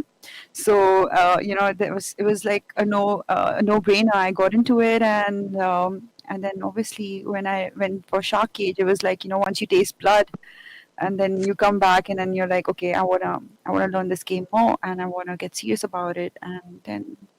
No looking back, and then there was this sports journalist, who convinced me to join a professional team and become India's first female professional poker player. So it was like, a little bit, for me, I felt like, it was a little scary, why am I the first one? Why are there no other female pros? What's going on? Am I doing right? Is this correct or not? And then I did take that step. And talk about trial by fire. I mean, you go from grinding Zynga poker free rolls to sitting down with some of the best world-class players, Timex and Liv Marie, and I mean, wow, that sounds like that must have been. I would have probably been quite intimidated. But for those who aren't familiar, the Shark Cage, if I'm not mistaken, you'll have to correct me if I'm wrong, but you get to the river, and anytime you bet, you put out a card, right? And it's either says bluff or value. Correct. And if they fold and you flip over the bluff card, then they go to the cage, right? Correct. Or if you catch someone's bluff, okay. Then they go to the cage. Yes. Okay. So either you have to make your bluff get through, so you send your opponent to the cage, and if your bluff is catched, you go to the cage. It's like that. So I bluffed Timex. Yeah. And you sent him to the cage. You already answered my next question. That's awesome. Yeah, That's awesome. because sorry That's for something I interrupting haven't you. accomplished. No, I basically when I got the names, they gave it to me just like 15 minutes before I was on air. And firstly, I was numb because in shock. Liv Buri was my idol, someone I was looking up online, and I was like, oh, she's such a well-respected sport in UK. She's doing it so well. I mean, I'm sure I can do the same, right? Like someone like her who studied quantum physics, so intelligent. So then I obviously was, mesmerized when I got there, and there were so many these big pros, and Timex also was there, but I was an Ivy fan, okay, so I wanted to do my stare down for sure, and then Timex was also into stare down, so I'm like, yeah, hello, well, let's do this. And then my friends were like, just don't play a hand with Timex. They said, okay, attack all these other players, but don't play a single hand with Timex because he's like going to destroy you post flop. So if you have a hand pre, just get it in and like don't just avoid any confrontation. Like so naturally you bluff him. Yeah, I was just like couldn't help myself. I was like, this is the only guy I think has a very wide range. I could bluff him. He'll have nothing. And, it was a lot of fun because first I basically I was trying to bluff him, and then I ended up getting there.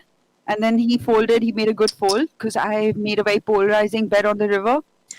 Big bet, so it was like either bluff or value, but it was actually value. He got away from that, which was a very correct decision on his part because you rather go into the cage for an orbit than lose so many chips. So then in the next hand I pulled a very tiny bluff and it went through, and then he was in the cage and he's like, why are you after me?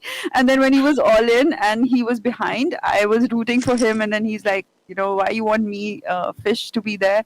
So those few things that happened to me just as someone who's just getting into the game, and pros are so welcoming, and they are also having fun playing with you, and you're having like a ball playing with them. So that's just amazing. And for me, poker is so social. It's such a nice game that keeps you sharp, so instead of just focusing on physical games, physical sports, we should also focus on mind sports. Well, I think you've done a really good job representing the game since you were given that opportunity, and it's been a real pleasure getting to know you and do commentary with you over this week. So it's been a lot of fun. Same here, Kevin. And me also. Welcome back, That goes Peter. without saying, Peter. Might as well grab some of the attention and spotlight. Peter, why don't you read out a few jokes, please? I'm really bad at that. I'm actually going to read out a contest question that I've managed to scrounge up, so it gives an opportunity to players to get into this FTS, the FTS main event. In fact, you can score a chance to win a satellite ticket, which is coming up shortly. We'll just let this hand play out. I'm sorry, we've been ignoring this bunch. RRT has been playing really solid today. I'm really impressed by how he's playing. And he came in as a chip leader, and he's, he did lose some chips, but he's still in it to win it. Yeah, and here going with the big sizing of the bottom pair, and actually getting value from the ace high. And we're just going to see this go check, and RRT would take this down with the pair of deuces, I would assume. But yeah, that losing that key pot to, wow, is this a value bet or a bluff? Feel like it's a value bet. Pretty thin value bet here. It works. I mean, wow. There you go. Pretty aware there. I think always check back the river there, just trying to get to showdown with bottom pair, but pretty aware there by RT, so kudos to him finding value where others might not have. Well, as RRT scoops up that pot, let's tell our viewers the next contest question coming up, and we're going to keep a really short window on this thing and try and announce the winners by the time whenever this live stream ends. And the contest question is this: the dead man's hand, the famous dead man's hand, is named after which poker player? So that's your contest question for this evening. What poker player has got the dead man's hand named after him? Make sure that you get your answers along with your Spartan Poker ID. Tag 3 of your friends in the comments, and who knows, you could be one of the 5 lucky players who can win a ticket into the 5-seat guaranteed satellite for the FTS main event Day 1A, which takes place later tonight at 10 p.m. So that's how we do it as far as the contest here at the FTS is concerned. Fire it out right at you, and a couple of hours later, if you get your answers right, then you might just be the lucky one to play in that main event guaranteed satellite. So get your answers in, and we will try and announce the winners by the time this live stream wraps up. In the meantime, though, it's once again RRT catching a piece of that flop with his 5s and taking home that pot as well. Yeah, and he's really moved back up the chip counts here. What a great contest question, by the way, Peter. I mean, I'm not sure how familiar the Indian poker community is with the dead man's hand and the story behind it. But just a little hint without giving away too much. One of my favorite TV shows of all time has a scene with this particular answer and character in it. Man, what a great show! With that, I'm not gonna say just yet, not more than answer, but one of my all-time. I know shows. exactly what Kevin McPhee is referring to, but yes, that's as broad a hint as we can possibly give you here. So get yourselves onto that contest question as soon as you can, because you can win that ticket. Hopefully, we will announce the winners really, really soon. So yeah. Am I excluded from that? Because I think I need to the answer. We'll get you down to India at some point again, Kevin. So it'll be something that we can possibly do here. Live poker, we're hoping starts soon enough. So yeah. God, I can't wait. Kevin, knock knock. Who's there? Can who? Muskan. This is like by Ashwini Kumar. It's in the chat. What a punny answer that was. Okay, that got me. That was okay. Another one. My wife was thinking of leaving me because of my obsession with poker, but I think she's bluffing. All right. It's got a few giggles to it. A murderer was playing poker in a shady alley. I choked someone to death, he said. The person next to him said, man, nothing can beat such a strong hand. Okay. Or maybe I missed a word. I'm not quite sure I wrapped my head around that one. Okay, wait, we got more. I guess My Tinder bio says that I have a corner. My Tinder bio says that I have a corner office with the views of entire city, drive a 500k vehicle, and that I'm paid to travel. My dates never seem too happy when I tell them I'm a bus driver. Aww. Fair enough. A man who woke up in a hospital after a serious accident, he shouted, "Doctor, doctor, I can't feel my legs." And then, where's the rest of this joke? And that, as they say, the joke's on us. Well, alright, picking up a nice little hand there. Yeah, we saw I like the knock-knock one. That's my, now, thank you, Ashwini. Now that's my knock-knock joke. Because yeah, I'm always looking for a funny knock-knock joke. There was one more. Knock-knock. Who's there? Needle. Needle who? Needle help tonight. Or whatever. Okay, sorry, Peter. I'm just looking at the board right now, because clearly I'm not going to be winning this ticket that Muskan Sethi is so kindly awarding to the winner of that best joke. But yeah, chuckles aplenty here. If you can beat the knock-knock joke, be my guest. Come. Nah, show me what I'm just not going to take a shot here. I think I'll stick with my hosting duties, because there are far more funnier and cleverer people who are putting their answers out there. And RRT with that full house, three's full. Yeah, and if you're wondering how this pot got so big, it's because To the Streets took this hand to the streets 3-betting King 8 suited here, and betting and now checking when he hits his full house on the river. And I just have a hard time seeing how he's going to call it off here. You'd have to be putting RT on a pretty ambitious double float here. And yeah, he does lay down the river full house. But I think I would have liked to see a peel there out of the King 8 suited, keep your opponent's range wide, keep all their 8-7 offs and stuff in the range and their under hearts. And I just don't know if I like that hand to 3-bet with. But To the Streets is going to play some hood poker. So RRT has vaulted from blast and chips here 3-handed to, once again, overwhelming chip leader. So he's just been on a rampage, winning a lot of pots and really just been on a heater here. So you love to see it, you know. You love to see the action. And we get a pretty action flop here. 8-5 off, flopping the open ender, and the Queen 10 flopping a pretty strong top pair, and we're going to definitely see a turn here. We're not going to see a turn because the Queen 10 just rips. And the 8-5 calls off, turns a pair, and does not improve on the river. So Ramesh, who had just taken back the chip lead, doubles up AA addicted, getting it in there with the open ender. And once you bet a hand like that and they jam, it's like, you don't love it, but you just gotta play your draw, I guess, and not fold it. So,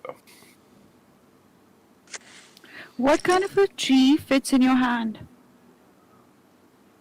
What kind of a tree fits in your hand? Palm tree. Yeah. Bonsai tree. Yeah. Palm tree. That's correct. Okay. Not bad. And Kevin McCree, the not quite winner of that 5K ticket. Oh, I love it. I'm actually reading out these jokes to you guys, and then with your reaction is like, I'm deciding whether they're nice or not. I love it. Well, an interesting hand developing here. Both players have hit 8s up. I want to find that joke, doctor joke. I can't. Oh yeah, a man woke up in a hospital after a serious accident. He shouted, "Doctor, doctor, I can't feel my legs." The doctor replied, "I know you can't. I've cut off your arms." Yeah, okay. It took me a second. But yeah, okay. All right. That's pretty good. All right. This one's definitely making the short list. This was worth going back and checking for. Well, quite the board here that we're seeing.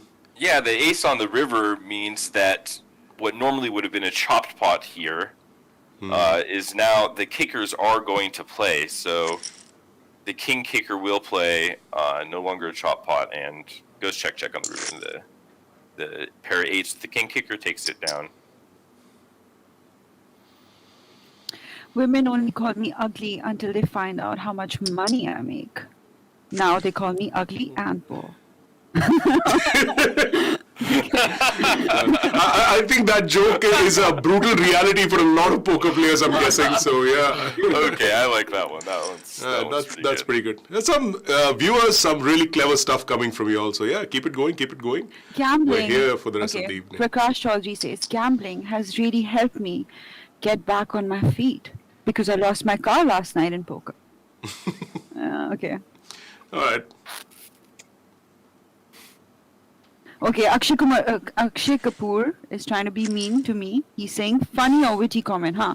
Okay, Kevin, how much would you bet on this river? Muskan, I will jam to make it look like a bluff. Peter, but Muskan, you never bluff. Okay, you're just being mean, huh? Now, Akshay, be nice, man. We're just trying to entertain you Next folks time and I'm ourselves bluff in the process. You, Akshay, just wait for it. You call for it. There's someone who's given 3 parts of a joke. Okay, we do 3 that. parts. It's a joke, my friend, not a thesis. Take it easy on us. Part 1. A wife once asked her husband, would you remarry after I die? The man says, I don't want to talk about this. She insists and he says, yeah, maybe I would marry again. Part 2. The lady then says, would you sell the house? And the man is like, no, I wouldn't sell the house. The wife again goes like, would you sell our bed? The man is like, No way, why would I sell the house? Okay, part 3. The wife then asks, would you let her use my golf clubs? And the husband was like, of course not, honey. She's left-handed. Wow. Oh, Well, tens up for RRT in that hand as he takes down that part. you donkey. Here we go. Okay, I got a joke. Online with my Kevin, dad jokes. are you in this contest? I'm not in this contest, but I just want to tell you guys a joke because I did some research on some dad jokes, and I still have a couple in the barrel here. Okay. Right, fire away. So why do Norwegian warships have barcodes on the side? Why do Norwegian warships have barcodes on the side? Yep. So when they arrive at port, they can Scandinavian. All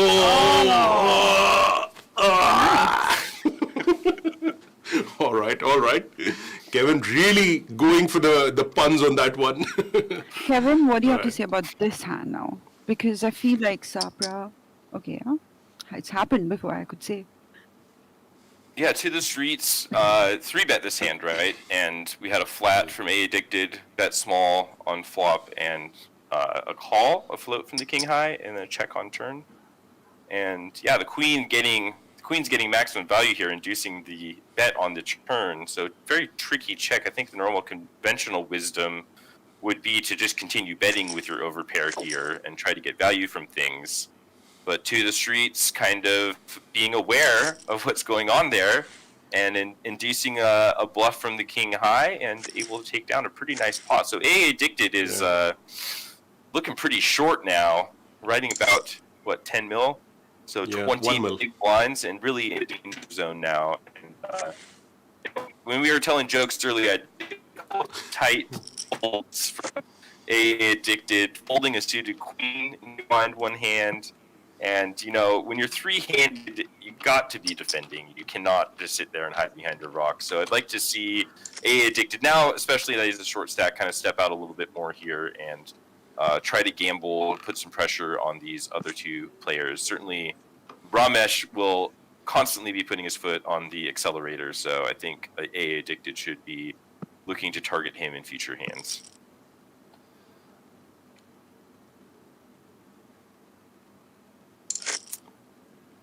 Peter, so after LOL, this guy shipped the tournament and then yesterday made a deep run.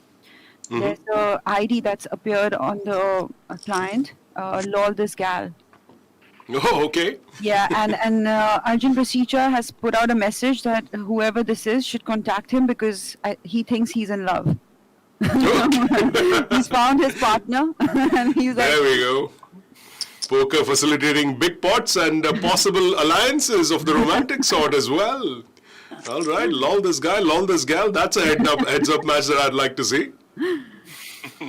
In the meantime, though, Ace is up for To the Streets with his Ace Deuce against A Addicted's Ace 4. Yeah, and he's just been a thorn in the side of A Addicted at this final table. It just seems like anytime A Addicted is stepping out, he is stepping out right into the nuts of To the Streets. And To the Streets again here with the check shove on the turn, taking down, very likely taking down another next pot. Maybe we see the Ace 4 get turn here, putting him on a flush draw.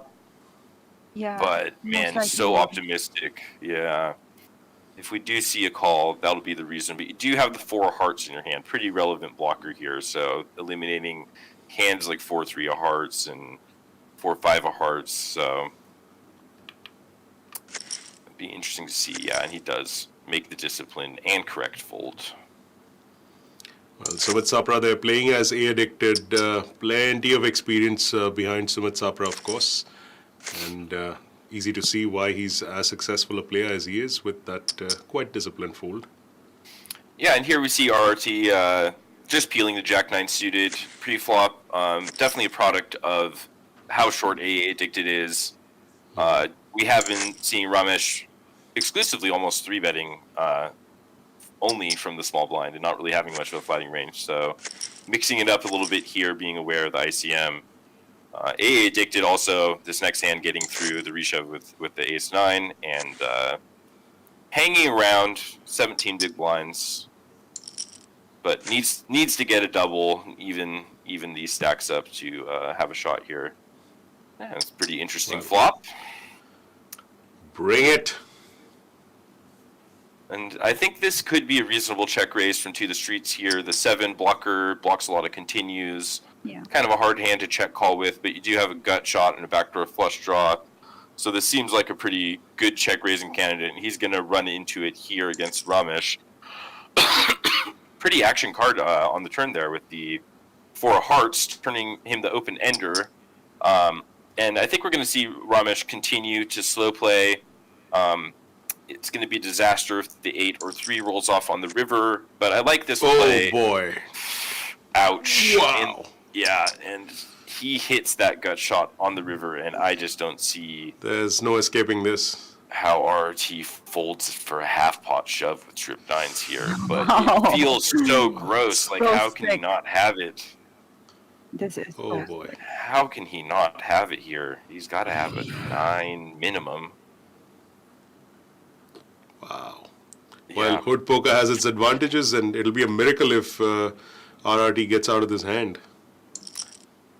Yeah, and you can't blame RRT for calling off here, and he will go out in 3rd place. I mean, when you slow play your trip 9s, you run the risk of letting him hit his 4 outs, you know, and you're willing to take that gamble to induce the bluffs. And it was a pretty bloated pot. If he had just faded the river, we would have seen him take down a very nice pot and taken over chip lead. So a huge swing there for RRT on that river, real dirty, and that's unfortunate to see him go out in 3rd. I know we were all kind of rooting for him. I know we're supposed to be impartial, but when one of our own is there, you know, we were always rooting for them.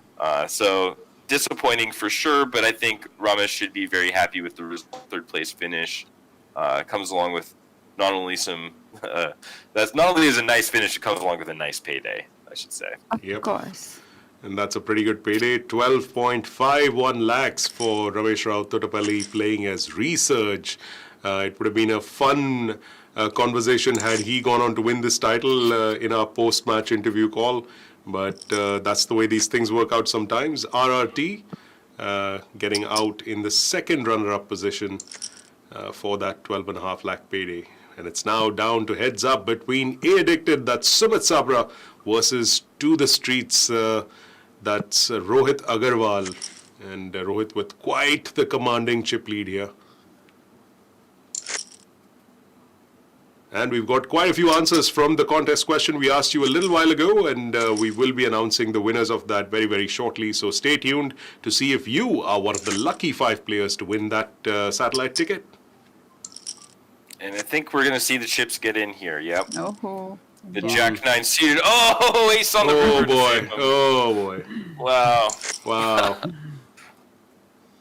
Well, we could have had our last hand there, but I think we're blessed with some more poker action with that ace on the river.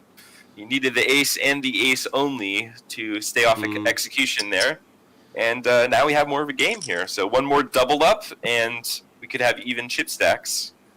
So... but a lot of work still to do here for AA Addicted with just coming into heads up play with a massive disadvantage. But when you get into heads up, anything can happen. So for those that enjoy making the pay jumps and taking the conservative approach to the final table, that's the nice bonus is not only you laddering up, but when you get into shorthanded play, really anything can happen. And as we saw there. He laddered up just by his opponent hitting a gut shot, So, and now he's got a shot for the title. So, nice job laddering up AA Addicted and putting himself in a position to get lucky. And pretty action flop here. Top pair, backdoor flush draw, just top pair against bottom 2. And I think we're going to see an all-in. And another double for AA Addicted. So, double and double and... Now we got a game. Exactly. That's what I was going to say, that, it won't be that easy for To the Streets to close this, considering Sapra is such an experienced player. And he was just waiting for that one double up, which he's got now. And now it's going to be interesting. And it really boils down to experience here. Rohit being a little newbie, at least compared to Sapra, who's been around for a decade. Will have to fight really hard. Yeah, Rohit, we don't know much about you, and we've just made that assumption only on the basis of the fact that we know Sapra has been playing for poker as long as he has. But To the Streets, my friend, that's how you've been playing, and that's how it goes. But yeah, the stacks are almost even when that double up happened for Sumit Sapra. So we should be in for a bit of a fight here. Yeah, it's going to be a pretty fun heads-up match. I mean, two conflicting styles. We got the seasoned veteran and we got the hood, exploitive player. So it's a conflict of styles in a deep stack format that I think is really fun to watch. I think this is some of the best poker viewing that you're going to see is when you get to see a heads-up match between conflicting styles, between two good players, also playing for a nice first prize and the medallion. Really just a lot on the line here. And we're rewarded with some deep stack play, and I think we're going to have a pretty lengthy heads-up match here after those two doubles. Yep. It's right back to even, and I feel pretty blessed about this. I mean, we had that long heads-up match with Duru and Kartik last series, and that was personally my favorite stream to do commentary on, just really? Because. Yeah, I just like when we get deep stack shorthanded at these final tables. When the stacks are compressed down, we see less play and less creativity, and it really allows for a lot more creativity when you have not only the conflicting styles but the deeper stacks. So this should be a lot of fun to watch, and highly recommend for anybody that thinks a friend of theirs needs a little tune up on their heads up game to tune in to this match and get some free lessons. It's pretty nice to watch these guys with their whole cards exposed playing for big money, and to get that opportunity for free I think is pretty nice for viewers. Yeah, I agree. Well, now that both players have been dealt not so great cards, it's time to answer that contest question that we asked you earlier. What is the dead man's hand? Well, not what is the dead man's hand, but what poker player does the dead man's hand refer to? And the answer, of course, is James Butler Hickok. That's the player, the famous story. You can look it up online about the dead man's hand, and that's James Butler Hickok, which is the right answer to that question. 5 winners have been chosen. The first one is Sarthak Kawatra, who's got Sarthak 786 as his ID. I'll come to the remaining 4 winners once we're done with this hand. And we're done with this hand. So Sarthak 786 is the first winner. Manmohan Singh playing as Anaconda 1605 is the second winner. Mayank Gupta playing as Mayank Gupta 743 is the third ticket winner. And the last two being Loki Lokesh as Gambler 420 and Rohit Singh P as I Am Groot, also picking up another ticket there. So that's your 5 winners for that wild Bill Hickok hand. The dead man's hand, that is. Aces full of 8s. Kevin, for anybody that hasn't saw it, just excuse me for a second, but Deadwood on HBO, classic show. Talking about Deadwood, South Dakota. I've been to Deadwood, South Dakota. It has more poker rooms per capita than any other city in America. It is a tiny little town in a trucking route through the middle of America, and they love poker there. They love poker, and I've even played poker in the number 9 saloon where Wild Bill Hickok got shot and killed. That show is fantastic. If anybody is a fan of, the Old West, it is dirty, it is grimy, it is just everything you want out of a show, and the acting is phenomenal, and Wild Bill Hickok is actually a character in the show, and one of my sleeper picks is one of my favorite TV shows of all time. Sorry to interrupt you. That was such an interesting one. Well, it's safe to say that there's some binge watching that's going to happen later this evening for a lot of players after Kevin McPhee's recommendation of Deadwood. But it is a great show, so be sure to check it out. If you like Westerns, that is one show you do not want to miss out on. Yeah, really interesting spot here. Back to the action. To the Streets with with fourth pair, and I could see a call happening here. So many draws missed, and he does see the river pair king, so he sees how unlucky he got there. Peter, what's your idea on Spartan? What's my idea on Spartan? It's sab ganna hai par dhanna hai. Let me translate that for our international commentator here. Please do. What that means in Hindi is everything's dirty, but it's all business, baby. So yeah, Nice. I really spread that out, but that's pretty much what it is. It's taken off of a famous Bollywood song, lyrics from a Bollywood song. So yeah, that's exactly what it is. Nice. You'll rarely see me online. In case anyone's wondering, you'll rarely ever see me online playing. But if you do, that's me. Target him. Well, I think you guys need to. I think you guys need to recommend to me some classic Bollywood movies that are must sees, because during the pandemic I have watched so much TV, so many movies. It is almost embarrassing. I think I did a list to see how much TV I've actually watched during the pandemic. And I have watched 65 different series. Wow. And that's minimum one season. That's a lot. Some of them I've watched all the way through. So Kevin, why don't you give us some suggestion instead of us giving you one? Which was Well, he's already given us one. Maybe he could do one more. Yeah. Well, I mean, I don't know how Netflix works from country to country. I think they have a different catalog. Just tell us. We'll hack it. Okay, but my favorite show that I watched during the pandemic was a June show, kind of a sci-fi thriller show called Dark. Okay. And it's kind of has the feel like if Stanley Kubrick made his own TV show, but it was just in German. Like, it's very detailed and well thought out. And I don't really want to reveal anything about the show because part of the fun is the mystery of it. But it has subtitles, so you have to suffer through the subtitles, but you will be rewarded, in my opinion. It broke a very difficult to break top 5 list of top 5 TV shows of all time. So that one, I think, is a real masterpiece.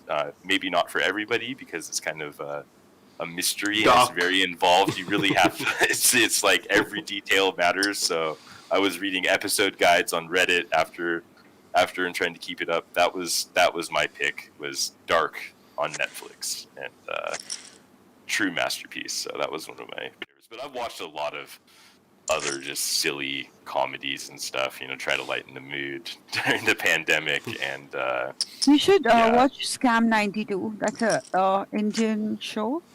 Scam 92. 1992. Okay. Watch that. Peter, did you watch that? I haven't actually. It was supposed to be on my watch list while I was here in Goa for the live stream, but clearly my sleep is way more important to me, and so I've not yet gotten around to it, but some good reviews on that particular show, so I'm looking forward to it whenever I get to watch it. Of course, even Timex tweeted about it, Kevin. Really? Yeah, and I was shocked. I was like, how does he watch all these Indian shows? And then it's actually a great story. Yeah, it's based on just for your information, Kevin, it is based on the true life story of a gentleman who, well, not surprisingly, did a scam back in the day on the Indian Stock Exchange. So, yeah, if you're into the markets and all of that, of course, you'll need the subtitles as well, which are there. But it's a pretty interesting story to wrap your head around. Yeah, it's a couple pretty big hands here. Yeah. Ace, Jack, and King, Queen, 3-bet pot. So we have a pretty bloated pot here. So I've been watching this Japanese anime, but I cannot, it's not like for kids, so I'm not going to put out the link there or tell you what I'm watching, but it's about gambling. It has every game in it possible. Okay, so they basically, so even a normal poker, it's like an institute of kids, and the only way you go up the hierarchy is with your gambling skills. Like, you're respected only if you're good at gambling, and there are different types of games. So what they do is, just even poker, they like kind of change it up into their own rules and make it more dangerous and high variance, and then they play, and then it's quite crazy. I've been watching that. It's on Netflix, guys. That's pretty awesome. Well, I'll have to check out the one about the stock market. You know, it's been a pretty interesting time in the American stock market recently with there's been a lot of attention, people investing in Robinhood, and these meme stocks have really taken off, you know, and I have some friends that are big Redditors that were in Wall Street Bets from the beginning and got into GameStop. Wow. Wow, Nice look at that hand. Ace high call. Love that. Wow. That was an excellent street hand. poker indeed. Yeah. And there you have it, folks. With all that talk about gambling, you can clearly see it's all about skill here as well. That excellent call by To the Streets, displaying the hoodiness of it all with that particular hand. Yeah, but to get back to the stock market discussion, you know, it's been a super interesting year, and I actually bought a little GameStop myself, so I've been watching and reading all these memes. Yeah, that just blew up. Yeah, it's just crazy what's been happening, and yeah, it's the stock market's been a lot of fun. So really, any of these, The Big Short has had a big revitalization with all the attention on the stock market. So I'm sure this movie you guys would be recommending would be a valuable. It's actually a show. Watch. It's a show. Okay. Yeah. Sweet. That's how we do it here, expanding our horizons as far as entertainment and news is concerned. Catching all of this information from across the world, German shows, Indian shows, American shows. It's all fun. And at this point in time, addicted with that ace queen. Yeah, we're going to get it in here.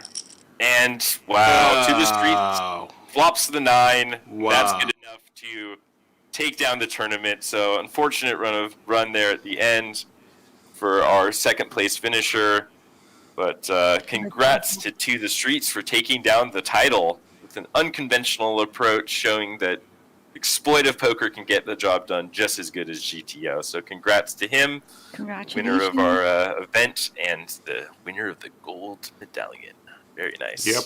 The 28.49 lakhs is what Rohit Agrawal, that's To the Streets, the winner of this high roller event, has got going for him.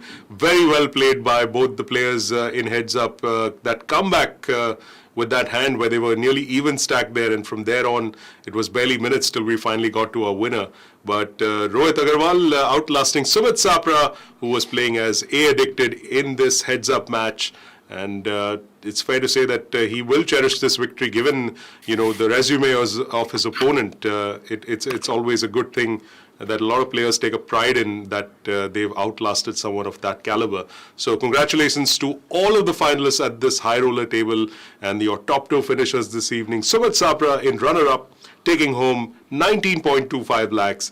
And of course, the big winner of them all, Rohit Agrawal, To the Streets, taking 28.49 lakh rupees for his win, that 18-karat gold medallion, and of course a special gift hamper and the game face mask also going his way.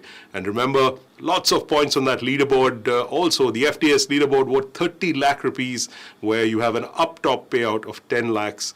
Guys, we have seen obviously a variety of contrasting styles and stacks at this final table, and any particular, let me ask you first, Muskan, any particular player or particular hand that sort of grabbed you and, that you want to comment on? Just now, this ace high call. Yeah. Wow. That's what sweet dreams are made of. You make such calls, and then the next hand you knock your opponent out, and that's it, you've taken down. I'm sure he must be really, really proud, and whatever he's thinking, the concepts in his mind that made him make that call are correct, and so he's on the right path and he's studying the right things. So I would just like to wish him congratulations, and hopefully we'll see some more poker from some good poker from these guys in the coming tournament. And other than that, Vita, obviously these guys are so impressive. I told you, it's a crazy bunch, and that's what they did. They came here and did some cool stuff and showed us some good poker. Yep, we've been thoroughly entertained, Kevin McPhee. I'm sure you'll agree that, RRT, of course, we were sort of, I know we're supposed to be not so biased, but we were rooting for him a little bit there. And I guess he did as well as any chip leader would have done. And that trend continues. The chip leaders at final tables, even with such a massive lead as RRT did. But I think he played as best as he could given the circumstances.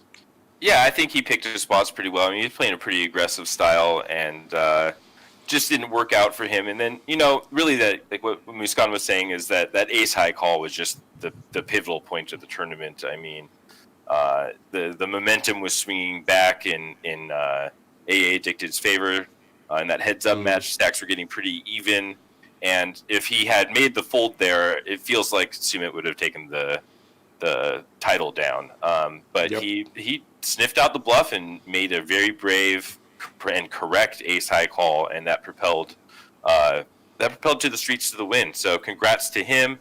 I really think that he played a kind of a more unconventional style, and it was rewarded for it. So street poker, hood poker matters, especially at the stack size. I mean, right at the beginning of the final table, if you remember, there was that hand where RRT 3-bet 5-6 suited, and street poker 4-bet Jack 10 offsuit. So he showed up prepared today, ready to win.